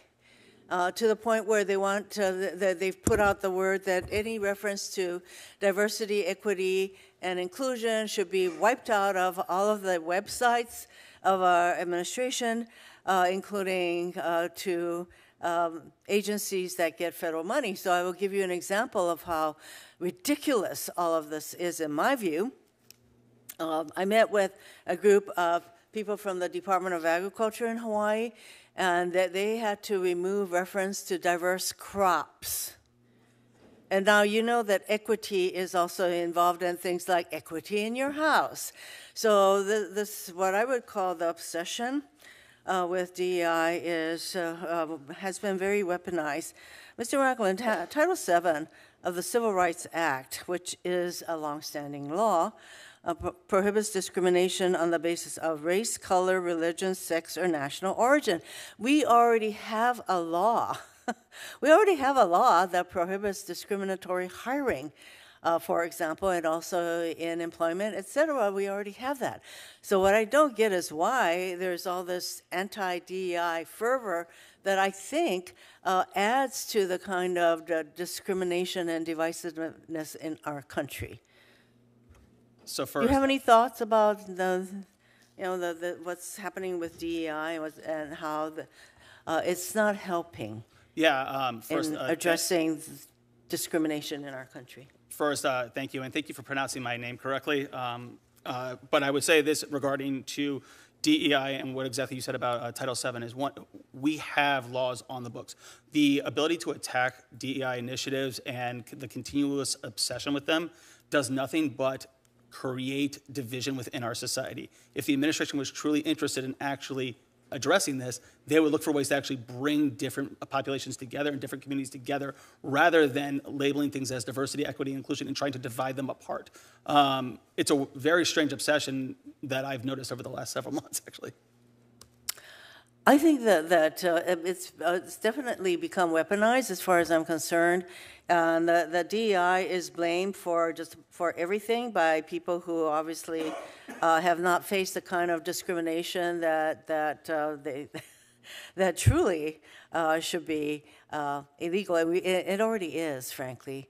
I have to share with you one other instance during the horrific incident with the plane crashing into the Potomac. And the president says, oh, it's only common sense that we should blame DEI. I found that astounding because he drew the conclusion that somehow people of color, women and people of color, has something to do with this crash. And I can tell you, I was so appalled by his comment that I said there is absolutely nothing common sense about it, that his reference that DEI should be blamed in that instance and in just about every other instance that he can think of. I said this is just sexist, racist, and I basically used the term BS, but I won't say that here, but you get my meaning. Okay, for Ms. Solomon. During our last hate crimes hearing, we discussed the value of civic education. and heard a call for universities to develop courses focused on engaging in difficult conversations. And universities are supposed to be the heart of civil discourse. And I have long supported civics education in our schools. We certainly could do more.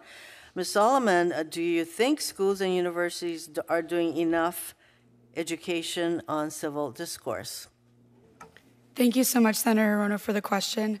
I do think some universities, like my own university, Tufts University, is doing a remarkable job of educating its students about their civic duties in this country and beyond. But I do think there's always ways that we can do more. This past year, Tufts University established an educational initiative for its freshman orientation in which they included anti-Semitism education as well as education around Islamophobia. I think that this is a model for other colleges and universities to adapt to their own campuses in order to stem the tide of hate crimes across this country.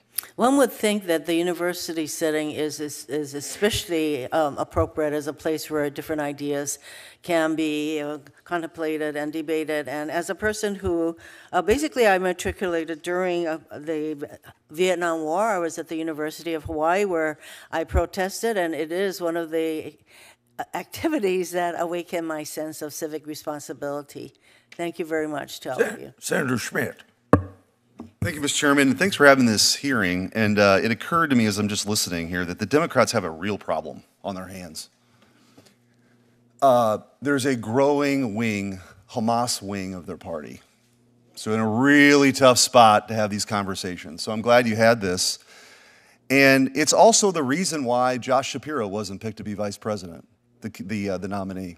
I mean, this is just the hard calculus that Kamala Harris made, is that it would upset the pro-Hamas wing of the Democrat Party, and she's worried about losing Michigan. That's the truth.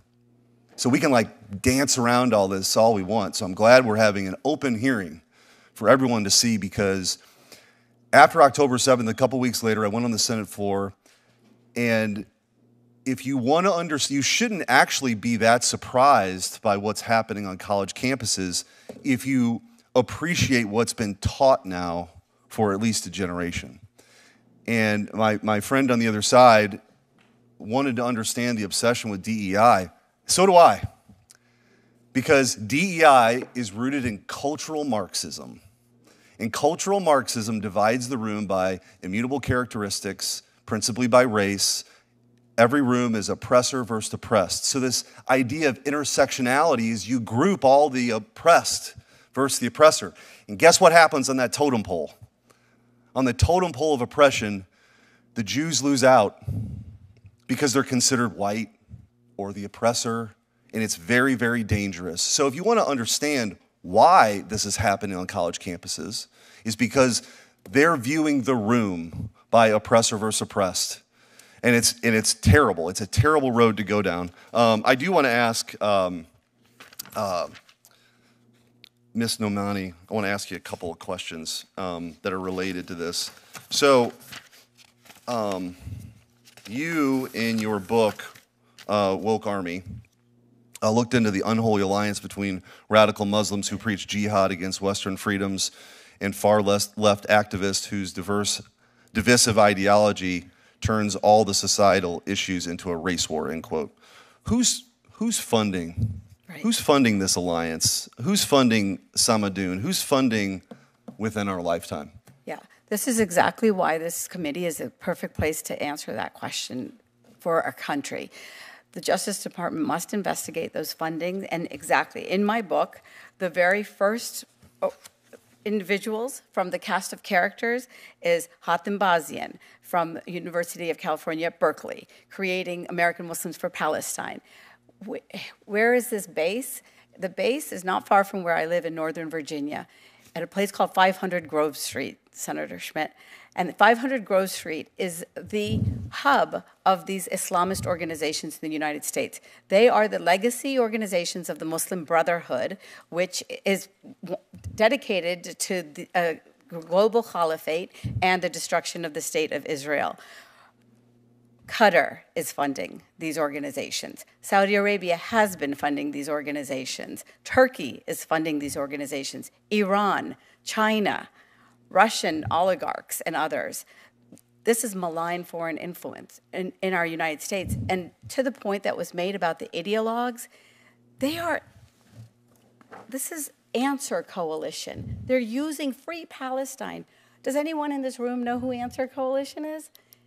It's a socialist, Marxist, communist, self-declared organization. Yes. They are the ones that get the petitions for these protests that end up with the American flag being burnt.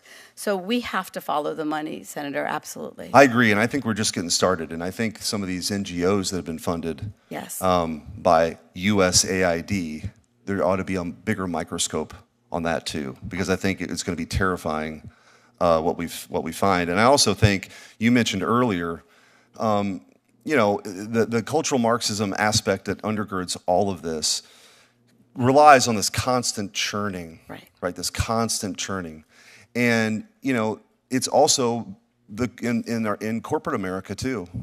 These modern day struggle sessions that people have to go through, it's ridiculous. It's ridiculous, and I think, thank God, President Trump won, because we're going to root this stuff out. It has no place. So if we really want to understand, like, I think what's happening on the college campuses is sort of the symptom of a much deeper problem, right? Which is and by the way, it's not just on college campuses anymore. If you want to understand what critical race theory is, and they'll say, well, there's no class on critical race theory. Well, there doesn't need to be a class on critical race theory if all of your trainings, all your professional development is rooted in critical race theory, which again is based in cultural Marxism. So all this stuff needs to be exposed. And so I want to thank you, Mr. Chairman, for holding this hearing here today. Before I call on Senator Schiff, I'd like to draw the committee's attention to a letter from Rabbi Abraham Cooper of the Simon Wiesenthal Center.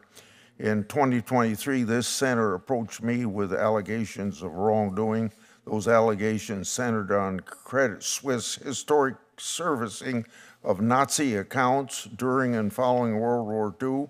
As then ranking member of the Budget Committee, I asked Senator Whitehouse, then chairman of the committee, to join me in opening an investigation, which now continues under my chairmanship of this committee.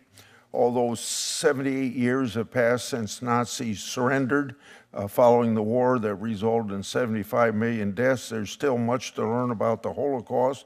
Recently, after I sent a letter to Senator Milei of Argentina, he agreed to opening previously sealed Nazi archives in that country. So I wanted to give my thanks to him and the tenacity of the Simon Wiesenthal Center for their efforts to uncover the truth. So without objection, I'll include this in the record. Senator Schiff. Senator, I'd like to ask permission to enter into the record a statement from the Jewish Council on Urban Affairs, a 61-year-old organization in the community of Chicago, and ask that it be included in the record. Without objection, that will be included in the record as well. Senator Schiff. Thank you, Mr. Chairman, and thank you, Chairman, for holding this hearing.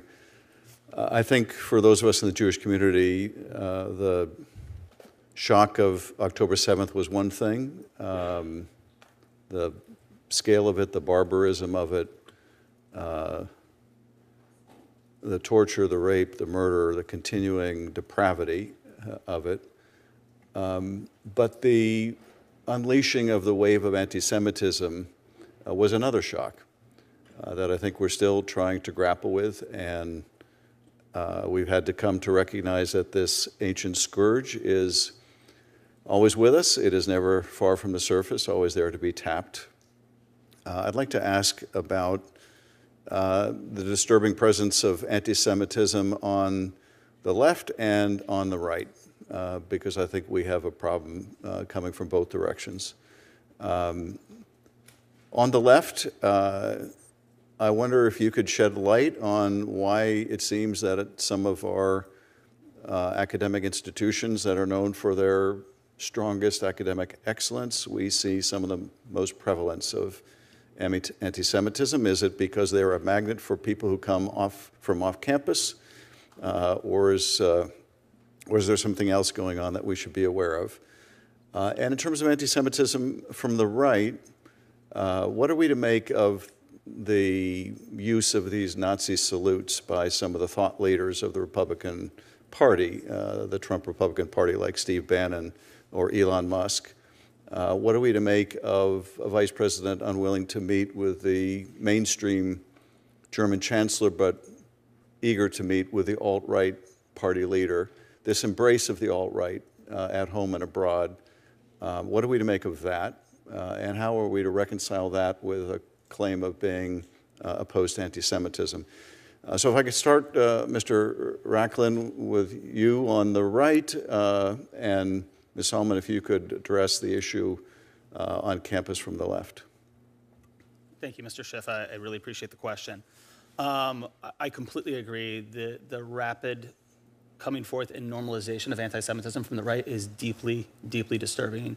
And it extends beyond Steve Bannon and Mr. Musk. We've seen secretaries in this cabinet, as well as other administration officials, propagate the Great Replacement theory, which is basically says that Jews are trying to replace the white race, and it also disseminates farther beyond that as well.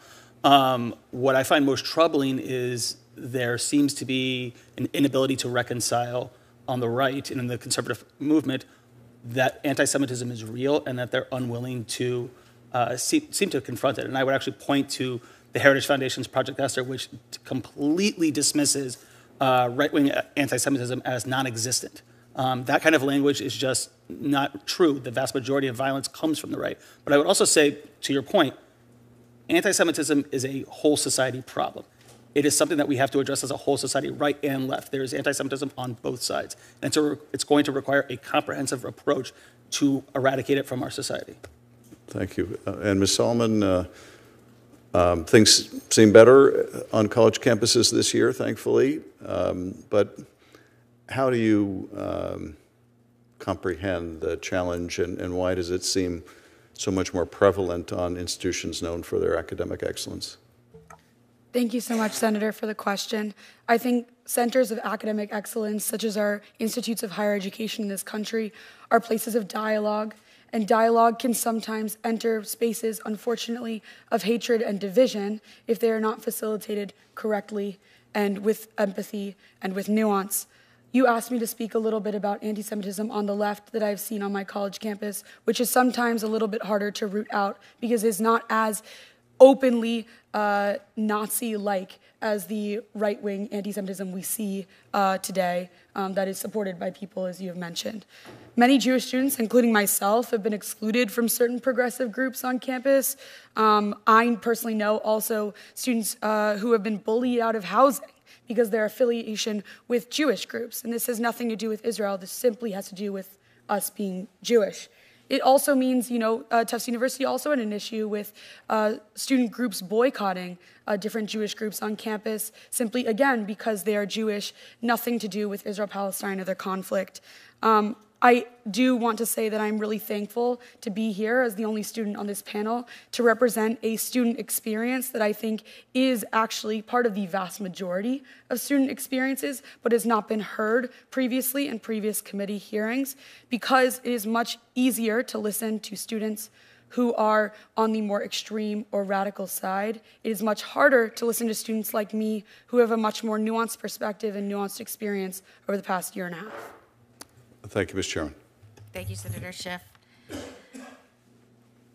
Appreciate all of the witnesses being here today. This is obviously an incredibly important hearing, specifically held to address anti-Semitism. And, we will never address it, we will never fix it unless we have people on both sides making true representation. I was very surprised to have one witness blame our recent president for anti-Semitism when college campuses were overtaken and Jewish students had criminal acts perpetrated against them under a different administration. But I also thought it was interesting that we blamed the right for not admitting anti-Semitism is real when you have heard every one of us say, what are we going to do to address it? In Florida, and I appreciate the compliment for our universities, we did not see the incredibly dangerous, reckless, offensive criminal behavior that we saw on college campuses around the nation, but that doesn't happen by accident.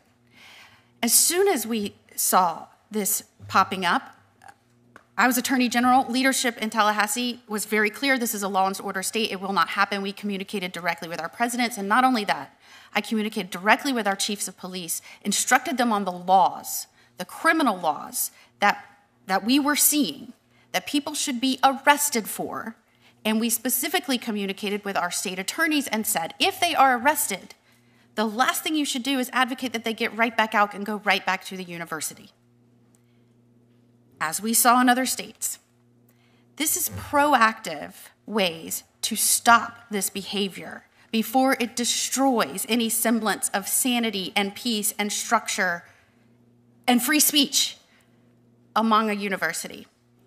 And so I'm really interested in some of the statements that maybe we give additional funding to stop this behavior. I think that's incredibly insane. In fact, I heard Senator Lee talk about, are we using all of the tools at DOJ to stop this? I think maybe we should examine, since federal funding flows to universities, maybe we should examine when universities are accused of allowing violations of the Civil Rights Act, and maybe when there are court opinions that actually make findings to suggest that has actually happened, maybe we should start clawing back federal funding that's already been given to them. That's a thought. And maybe, just maybe, the thing that happened last week where the university president asked permission in the middle of a protest of the protesters if he could go to the bathroom, maybe that wouldn't be happening if he thought maybe his federal funding might be clawed back. I was just wondering what you thought about that, Ms. Cohab. Thank you. That's a great question. I think that something has to be held over the university's heads, because unless something happens and something changes and there's actual consequences, why would you change your actions? Look, I don't think the overwhelming majority of administrators are inherently anti-Semitic. I think they're lazy. And I think that they know that fighting anti-Semitism takes work, and it's not something that's easy. And yes, you're going to make some people angry, especially the kinds of students that you've been educating to be angry about everything. If you're admitting the kind of student who takes over buildings, don't be surprised when the kind of students take over buildings led by their very professors. That's the thing. We keep saying that there's an issue in higher education, but we have our head in the sand as to how to fix it. I think that consequences are absolutely necessary. Filing my complaint was enough to get NYU to the table for a settlement, but that wasn't even close to changing what happened. After October 7th, you still saw encampments at NYU, and they still had another case against them. I think that the law changes very slowly, and that the only way to hold people accountable is to make sure that there are consequences on the other side. And Ms. Lewin, I'll ask you same question. Do you believe if we had additional tools provided by the government that allowed for a clawback of federal funds if universities were found to have allowed or even facilitated civil rights violation, do you think that would help in combating anti-Semitism on campuses? And you can answer briefly. Absolutely, Senator Moody. I think that what we need most is to hold the universities accountable. The law is a very powerful motivator. And what we've seen is that just the threat of withholding the funds or clawing back the funds has already motivated universities to act. And I would suggest to you, quite frankly, that university administrators, when we've negotiated settlements with them, some of them are actually very relieved to be able to point to the law and to be able to say, we now have to do this because the law requires us to do it. And it gives them the backbone, which they otherwise seem to lack, to actually stand up and push back against the Jew hatred that's happening on their campus. So it's absolutely necessary to hold their feet to the fire and to impose these rules and show that violating them and violating Title VI has consequences.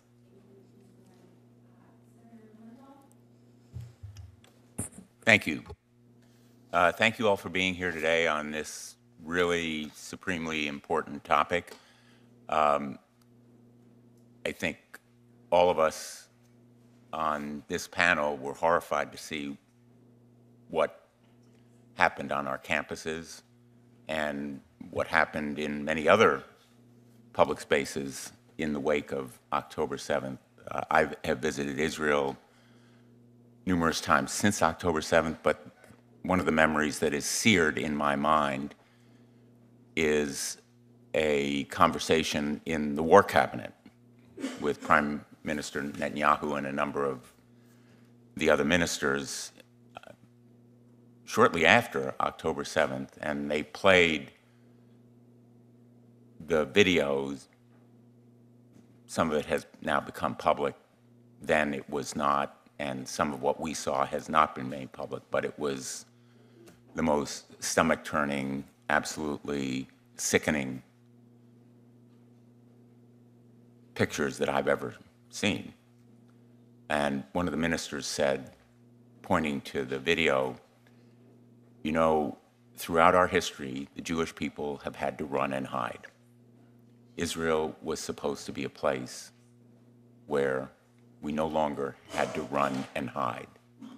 These people tried to run and hide. We cannot tolerate this anymore. And I think someone understanding that view can also understand why the violence, the threats of violence, the taunts and other stuff that occurred on campuses and throughout the world after October 7th raised such fears among the people who were targets of it. And so I thank you for being here today to talk intelligently and objectively, as dispassionately as anyone can, about this issue and what we can do in a legal sense, preserving the First Amendment, the right of free expression, and hopefully doing it in a way, as we've always done, to allocate time, place, and manner restrictions that make sense on college campuses, just as they would in the public square. And I think it is a continuing conversation that we're going to have to pursue on the definition, for example, of anti-Semitism. I'm not sure we have exactly the right answer, but I think that we need to talk in good faith among ourselves about what the right answer is. I'm an enforcer by training and by career. I'm a prosecutor. I did it as United States Attorney, the Chief Federal Prosecutor in Connecticut for 4.5 years. I did it as Attorney General of Connecticut for 20 years. So for me, enforcement of civil rights, to protect civil rights, is very, very important. And I'm very deeply troubled by the plan to dismantle the Office of Civil Rights in the Department of Education, which the new secretary has said she will do. She's going to dismantle the whole Department of Education. But the Office of Civil Rights, definitely, she's said, should no longer exist. If anyone here is in favor of dismantling the Office of Civil Rights, I'd like to hear you tell me why you should. And Mr. Rachlan, I know in your testimony you've strongly supported the continuation of the Office of Civil Rights. Maybe you can begin by telling me why. The Office for Civil Rights at the Department of Education is, as Ms. Kohab has said as well, one of the avenues for students to actually bring discrimination cases to a head. I think that this office is absolutely critical in being able to do real investigations on what is happening on campus and actually working with school administrators to actually come to a equitable outcome for that. If there is criminal intent, if there is discrimination involved, then I would say that it jumps into discrimination law rather than Department of Education. So I would say, like, in this space, OCR is absolutely vital to the kids that are Jewish, non-Jews, all across the country, to help address those issues. Thank you, Senator Blumenthal. Thank you. Senator Britt. Thank you, Madam Chairwoman. Want to thank Chairman Grassley for calling this hearing. I think it is so important that this committee does this work, and I wish that this committee had addressed this before now, but certainly appreciate his leadership in doing this. I had the opportunity to travel with Senator Blumenthal, my friend across the aisle, to Israel after October 7th. And to echo his words, what we saw was unimaginable. couldn't wrap my head around it. It was gut-wrenching. It was heartbreaking. It was just out of the bounds of what you thought anyone was capable of doing. And when we came home to see what then occurred on college campuses here, I could not have been more disgusted. Not only what happened, but what was allowed to happen at what some believe or consider to believe some of our most elite institutions. So I look at that and take a step back, and you think about what Jewish students dealt with. And bottom line, Jewish students should have never been prohibited from entering sections of the campus because of who they were. Yet that happened at UCLA. Jewish students should have never had to navigate a professor tweeting out that Hamas's barbaric attacks constituted, quote, such an amazing day, exclamation point. But that happened at Yale. Jewish students should have never had to experience a professor referring to Hamas attack as something that was, quote, exhilarating and energizing. But that happened at Cornell. And Jewish students should have never had to have tolerated comments such as that, quote, October 7th is going to be every day for you, end quote, or, quote, yes, Hamas, we love you. We support your rockets too, end quote. But that, among many other things, happened at Columbia. These schools and their administrations who tolerated this, who allowed this to happen, it's repulsive. They brought shame on themselves. We have to take what we've learned from this, and we have to make sure that it never happens again. They've repeatedly proven that they deserve no benefit of the doubt at all in how they're going to handle anti-Semitism. I'm glad that both Congress and the Trump administration have said this is going to be a priority, and I'm proud to be a co-sponsor of a number of bills from the Anti-Semitism Awareness Act to Countering Anti-Semitism Act, amongst a number of others that are going to hit this head on. But I want to ask a couple of questions. Mrs. Lewin, I know that the Brandeis Center undertakes a great deal of research and legal advocacy in this space.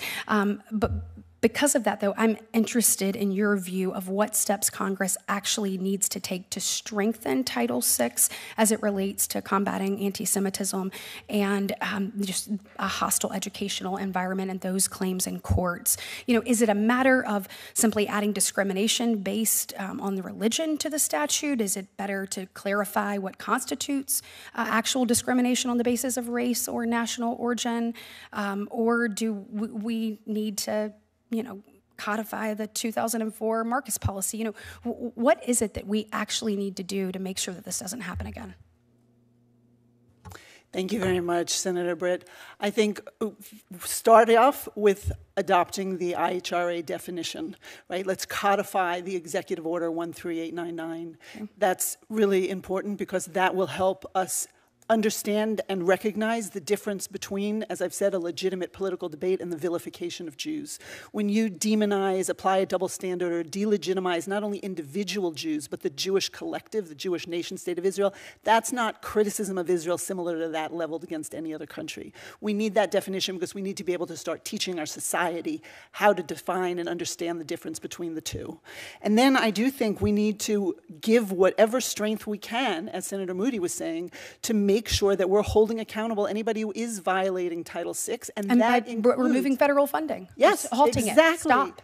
Why would we give you money if you were violating Title VI? Correct, because what needs to be understood, as you said when you talked about the Marcus policy from 2004, is that when faith-based groups are targeted on the basis of their shared ancestry or ethnicity, that is a violation of Title VI. If you see groups that are being denied the equal access to educational opportunities because of their shared ancestry and ethnicity, so when you have folks on campus who are encircling Jews, spinning at Jews, cutting the Jews out, saying to the Jews, you're not welcome, not only in my club, you can't go through the encampment. I've had students who have told us that there are students who will get up, they won't sit next to them because they're a Zionist. They won't allow them in their plays because they're a Zionist. They won't include them in any of their activities. They are being shunned, they're being marginalized, and it is not a conversation about the Arab-Israeli conflict. I will just say, because it's one story that I think is important to be heard about how this is not a political very debate. briefly. I know Okay. that Senator Britt's run out of her time, but Go would ahead. like to I wrap will. that up We can very do it at the end. In a different question, then I'll give that answer. Okay. I hope somebody gives her an opportunity to say that. I hope so. Hey, thanks, guys. Appreciate it. Appreciate it. I think Senator Welch would be upset with me as chair if I let everyone go past. Senator Welch, go ahead. Thank you, Madam Chair. You're moving Over here. You're moving fast, I am, sir. and that's tough to do when you're sitting next to Senator Britt. Thank you all very much. You know, it's amazing. We have a wonderful state in Vermont, and it's a very tolerant state, but we're having a very alarming increase in anti-Semitism, and it's not just October 7. We saw that before. Obviously, October 7 has intensified it, and I know all of you are living with it in a very real way,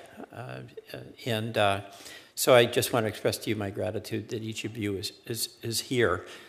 You know, the question is often, and rightly so, what's hate speech, what's fair speech, but there's also another reality, that there is real anti-Semitic behavior towards people in our communities. And, you know, I think about the Tree of Life and just the hate that inspired that. So even if on the panel there's disagreements about what's the best way to go, I think there's unity about making certain that everything that we can do, we will do to address anti-Semitism. I'll just ask a couple of questions here after expressing my gratitude for each of you. Mr. Racklin, you know, the President's issued an executive order, and obviously it's intended to try to address some of the concerns that several of the folks at the panel here have addressed. By definition, there's going to be a big argument about whether it goes too far or it doesn't go far enough.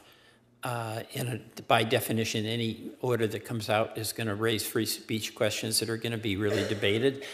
I just want you to have an opportunity to express your views on the orders regarding the political activities of international students. And should there be a distinction between the speech of a person who is here as an international student versus a person who is a citizen of the country? Thank you so much, Mr. Welch. Just speaking for Nexus, we at this time don't have a policy on foreign students. However, I would point out that the national strategy, which was, again, put together with 1,000 Jewish communal leaders that had broad bipartisan support, that was the basis for the Countering Anti-Semitism Act, which the vast majority of this committee supported, does not talk about deporting students in any way, shape, or form. It is not one of their recommendations. Moreover, I would take a step back, and recently, the Jewish Council for Public Affairs, the Reform Movement, and the Conservative Movement led a letter of 100 different organizations speaking directly to the idea of deportation of individuals by this administration. And what they've said is that the scapegoating and dehumanization of immigrants, people of color, transgender people, and other marginalized groups to justify draconian and unconstitutional policies, these ideas fundamentally threaten the freedom and safety of all Americans. So I think that there needs to be that regardless of how you think, it's important to listen to the vast majority of the community very skeptical of this type of action. But I think overall, when you look at this national strategy that I have right in front of me right here, it doesn't say anything about that. Okay. And that came with so much endorsement from the community. I want to thank you. I want to go, Ms. Solomon, can you just give us some sense of what you think endangers dialogue among students? You've got a lot of experience at Tufts. Are there things that we can do that allow for robust debate but mutual respect? Thank you so much for your question, Senator Welch. I think that, as you said before, universities must differentiate between protected speech and threats of violence. But I think what's even more important is that dialogue can be had, best be had, on the basis of education. If we are not aware of what is happening, we cannot have constructive dialogue about what is happening. And what I find issue with is when we are actively seeing people advocate for the cutting of federal funding to OCR, which is free and is often the only way for Jewish students to access avenues of advocacy, we are seeing that being threatened. I don't understand how we are able to encourage higher education institutes to be able to have these dialogues if there are so many political leaders advocating for the foundation of them to be cut off. That was very helpful. I'm just going to give you a chance. What about OCR? I mean, that does seem like a pretty serious question. Yeah, Ms. Kojab, thank you very much. And you can answer very briefly. Very briefly. I don't advocate for the defunding of OCR, but at the same time, it wasn't defunded with nothing in place. They're replacing it with directed investigations. When I filed my case against NYU, OCR did open a complaint, and yet 3, 4, 5 years later, we see another lawsuit against NYU for the same exact thing, anti-Semitism. How do you get sued twice within 5 years for the same thing? Because whatever you did not work. So I'm not advocating for the defunding of OCR, but I am saying that at the same time, it has not been effective. Not a single school has lost their funding under Title VI, and it has not been enforced. Thank you, Ms. Kohab. Thank you, Senator Welch. Senator Blackburn. Thank you, Madam Chairman, and thank you all for being here, for your time, for the preparation for the hearing, and for speaking out. I think one of the things that has been so troubling to many of us is to see what took place on college campuses, and they seemed to pay no price. There was no penalty. There was no corrective action. And I appreciated, Ms. Kohab, your listing of the schools that were doing things wrong. And you said, how much time do you have? Because the list goes on and on. Now, the Anti-Defamation League has said that Vanderbilt University gets an A for fighting anti-Semitic activity, for being neutral, institutionally neutral, and for supporting free speech. And being from Tennessee, we recognize and appreciate that good work that Vanderbilt University is doing to keep students safe and to encourage robust, respectful debate. And my hope is that we will see some of these elite universities turn to that and appreciate that. You know, this nation has stayed strong and free because we have allowed free speech in the public square. And to see what has taken place on some of these campuses. I think a mom I talked to who had a child at one of these elite universities said it best. They had spent money getting through high school, getting the best grades, being academically competitive, and feeling that they had opened her mind to want to experience the world and learn and appreciate others with diverse opinions and views and cultures. And they sent her to school, and every time she came home, they noticed it seemed to be her worldview was narrowing. And the point of concern that had for them, and I just think, Ms. Lewin, I want you to just briefly touch on what universities should be doing, could be doing, where they have gotten so far off track on this that no longer can a student feel safe asking the question or delivering a counterpoint. So I'll give it to you, and you can use that time to tell the story you wanted to tell with Ms. Britt. Thank you very much. So universities, the first thing is they have to set the rules, and then they have to stick to them. They have to show that if you violate the rules, you will be held accountable. That's the most important thing that the universities have to do. But then they also need to be able to call out when there is a group on campus that is riling up the campus to turn against part of their community. And the story I was going to tell was about dialogue only works when you have willing participants. So Ms. Kochab talked about how in 2019 at NYU, there was a BDS, a boycott, divestment, sanction resolution that was adopted by the student government and endorsed by 53 student groups. But what was a little unusual at that time was that it called not only to boycott Israeli products and companies doing business with Israel, but to also boycott all of the Jewish organizations on campus, the pro-Israel groups, they called them. And you had then 53 student orgs that were saying, we're not going to engage with these Jewish students. We're not going to co-sponsor events with them or do projects with them. And so the university, to its credit, said, this is not a good thing to have so many of our students boycotting a group of our students. So they actually hired a professional facilitator to come in to try and facilitate a dialogue among these students. And I think Ms. Kochab was at that meeting. And so you had all these students who showed up, and the facilitator explained, we're not here, this is not a debate. We're not here to try and convince somebody I'm right, you're wrong. We're just going to go around the room and respectfully listen to one another. And what was supposed to be a 1.5-hour dialogue turned into a 2.5-hour discussion about whether the anti-Zionists would even talk to the Zionists. They said, we showed up here because we didn't want to risk losing our student government funding, but you can't force us to talk to one another. And I'm told that there was one Palestinian student in that room, and that student said, I don't understand it. The Jewish students seem to want to hear my story, but my allies won't let me tell it. And after 2.5 hours, the facilitator gave up. She said, I can't force you to talk.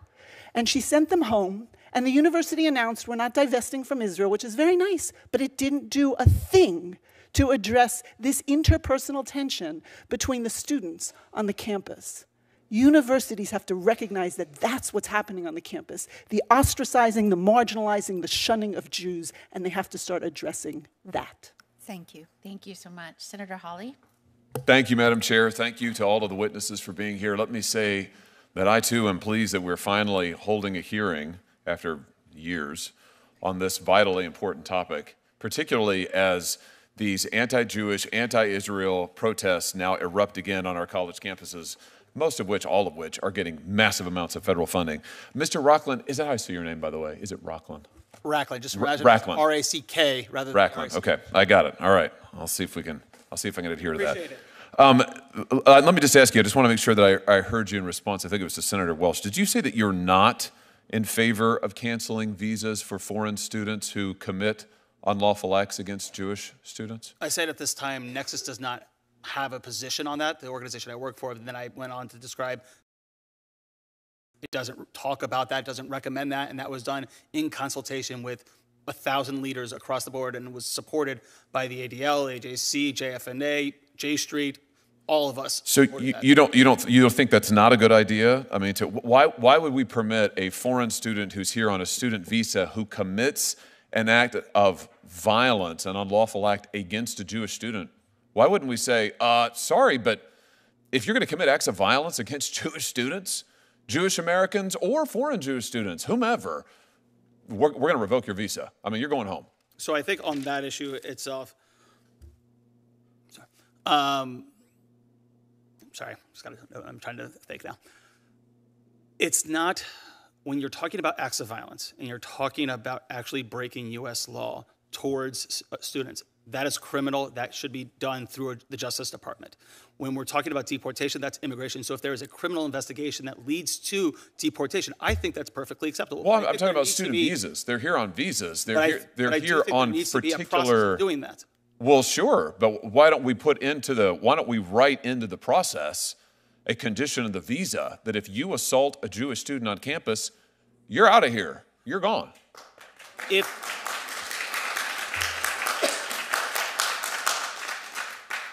If it was written in the statute and if it was broad enough to be not just be for Jews, but for all people that have experienced discrimination, regardless of who they are, I think that we should look at that. But I think until that is in law, what I'm basing this on is what the current statute says and what currently is being done. Well, listen, I guess I don't understand the hesitation here at all. To me, this is an easy call, and I've urged the current Secretary of State, Secretary Rubio, to do this. I think he's got the authority to do it.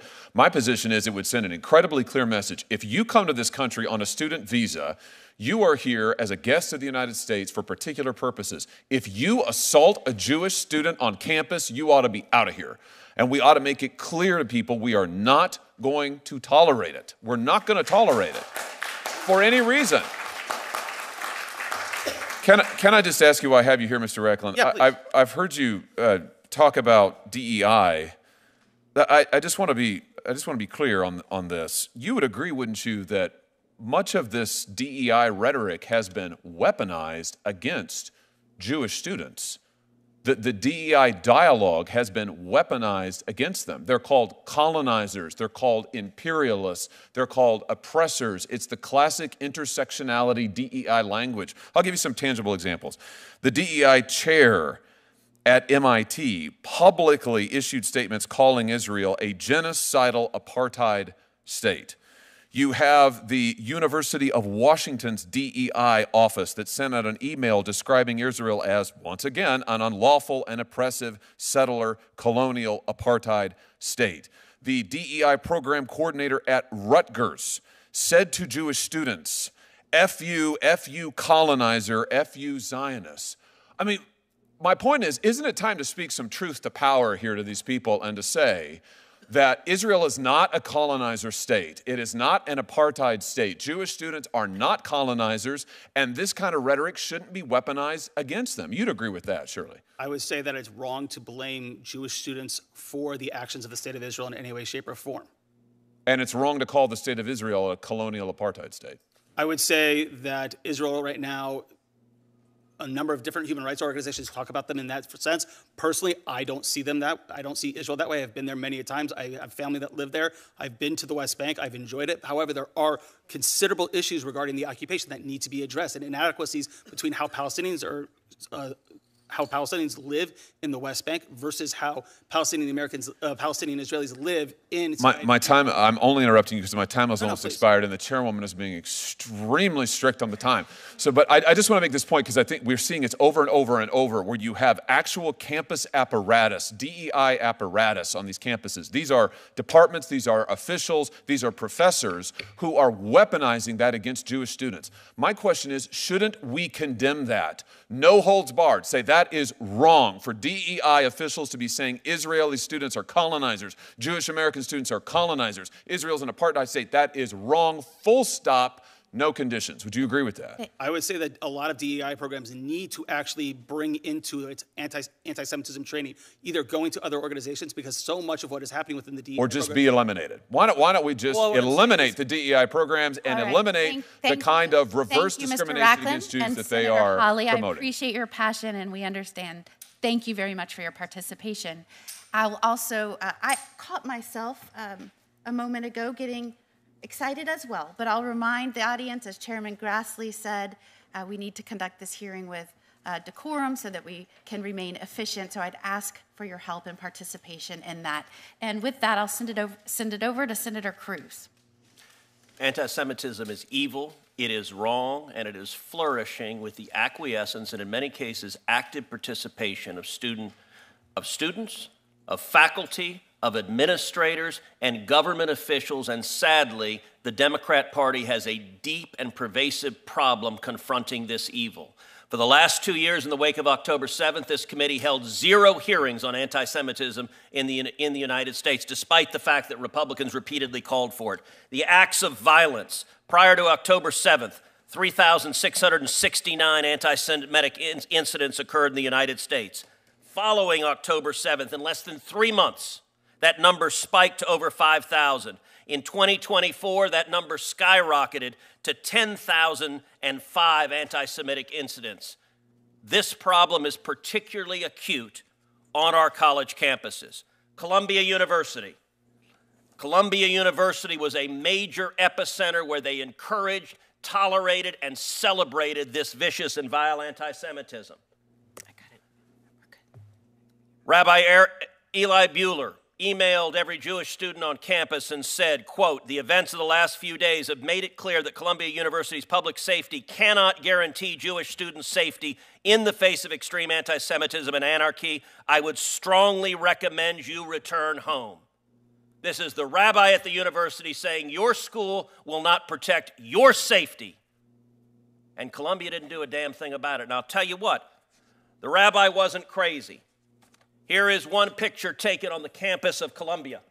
In the back are Jewish students waving American flags and Israeli flags. In the front is a Columbia student wearing a mask because these cowards are oh so brave they cover their faces, holding a handwritten sign that says Al-Qassam's next targets. Al-Qassam is the military branch of Hamas. Understand what this student is saying. She is calling for the murder of her Jewish classmates. And by the way, this student, the internet being what it is, she's been identified now on the internet. This is not a Palestinian who's subject to oppression. This is a rich blonde girl from Atlanta whose parents are multimillionaire real estate developers, and they got so proud. I'm sending my child to an Ivy League education where she'll be indoctrinated to dress up and advocate Hamas murdering Jewish students because they are Jews. Now, if you agree that is evil and vile, let me ask you something. Where are the Democrats? Not a one is here. And it's because the Democrat Party has decided the pro-Hamas wing of the party is more important than protecting Jewish students in America. And if you don't believe me, maybe you'll believe Chuck Schumer. No, that's the wrong one. No, it's not. Chuck Schumer, texting with Columbia, said the following. On January 4th, then President of Columbia, Shafik, explained to Shipman and her fellow co-chair David Greenwald that she had met with Senate Majority Leader Chuck Schumer, who advised Shafik that universities' political problems about anti-Semitism are really only among Republicans. We, the Democrats, we don't care about this anti-Semitism stuff. Ms. Lewin, am I the only person that has noticed that these anti-Israel, pro-Hamas, anti-Semitic protests, that the tents all match? No, you are not the only one to have noticed. Is it clear that there is significant money funding these attacks on Jewish students and attacks on America? It is clear that there is coordination and there must be some common funding. In the last 2 years, under the Biden Justice Department, are you aware of any investigation to follow the money behind these protests? I am not. Are you aware of anyone who has been indicted for funding these protests? I am not. Are you aware of any university that has had their Title VI federal funds cut off because they've tolerated, welcomed, celebrated, and as Senator Hawley put out, had their own officials cheering on anti-Semitism as even one university lost their funding? I am not aware of any university having actually lost their funding. And I'll point out also, some of the defenders say free speech, free speech. You're right. You have a free speech right as an American citizen to say vile, hateful, bigoted things. Let me ask you something. If a university student went into the public square dressed up in a Klan outfit, burned a cross, and said we should murder African-American students, do you have any doubt the university would expel that student? I am fairly certain that the universities would take action and ensure that their policies They should were followed. expel them if they're foreign students. They should be deported. And mark my words, if you are horrified at the anti-Semitism, you will see the Trump Department of Justice follow the money, prosecute the people who are paying for this, prosecute those engaged in violence, and cut off the money from universities that are tolerating and celebrating this. That is the rule of law. And ask yourself, why did the Biden Justice Department do absolutely nothing about this horror that is unfolding? Thank you, Senator Cruz. Senator Whitehouse, the floor is yours. Thank you. Just for the record, my count is that 8 Democrats have been here for this hearing, and didn't want to have anybody think that we were, for any reason, not interested. I want to offer a particular personal welcome to Mira Solomon. We have a friend in common who thinks extremely highly of you, and I wanted to pass that on. And I also wanted to just offer for a moment some thoughts about some things that went right. There's been a lot of focus on what went wrong, and clearly a lot went wrong. But in Rhode Island, our universities did a pretty good job. And one thing that stuck out for me as somebody who looks at the justice system and particularly the concept of restorative justice, which is a I think, a useful way to think about justice. In one of our universities, the administration went in to see the protesters occupying a building and did two fairly simple things. One said, you're expelled if you're not out of here by X time, every single one of you. And that managed to clear out the building pretty quickly. I think a lot of parents who put a lot of money into tuition would not be amused. And if you weren't a student at all, you had no business in the building to begin with. The second is that they insisted on a program of restorative justice, so that the students who had interfered with the upcoming graduation, the preparation of their fellow students for the upcoming graduation, for finishing senior projects or other projects in the mad rush to finish out a college year.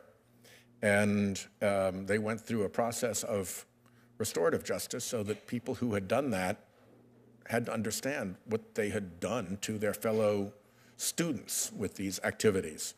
That's not enough, and that's not all, but I thought it was a very useful and creative use of the principles of restorative justice, and it certainly kept the campus on a good, humane, proper footing, which I think was very, very important.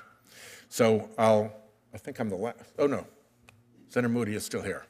I'll close out the hearing with that. I welcome you all. I thank you for your attention to this. There's an enormous amount of work that we need to do, but I think we need to look not only at the bad examples, but also at some of the good examples as we craft ways to make sure that the college environment is protected and the dangerous head of anti-Semitism gets stomped on as soon as it appears. Thanks very much. Thank you, Senator Whitehouse.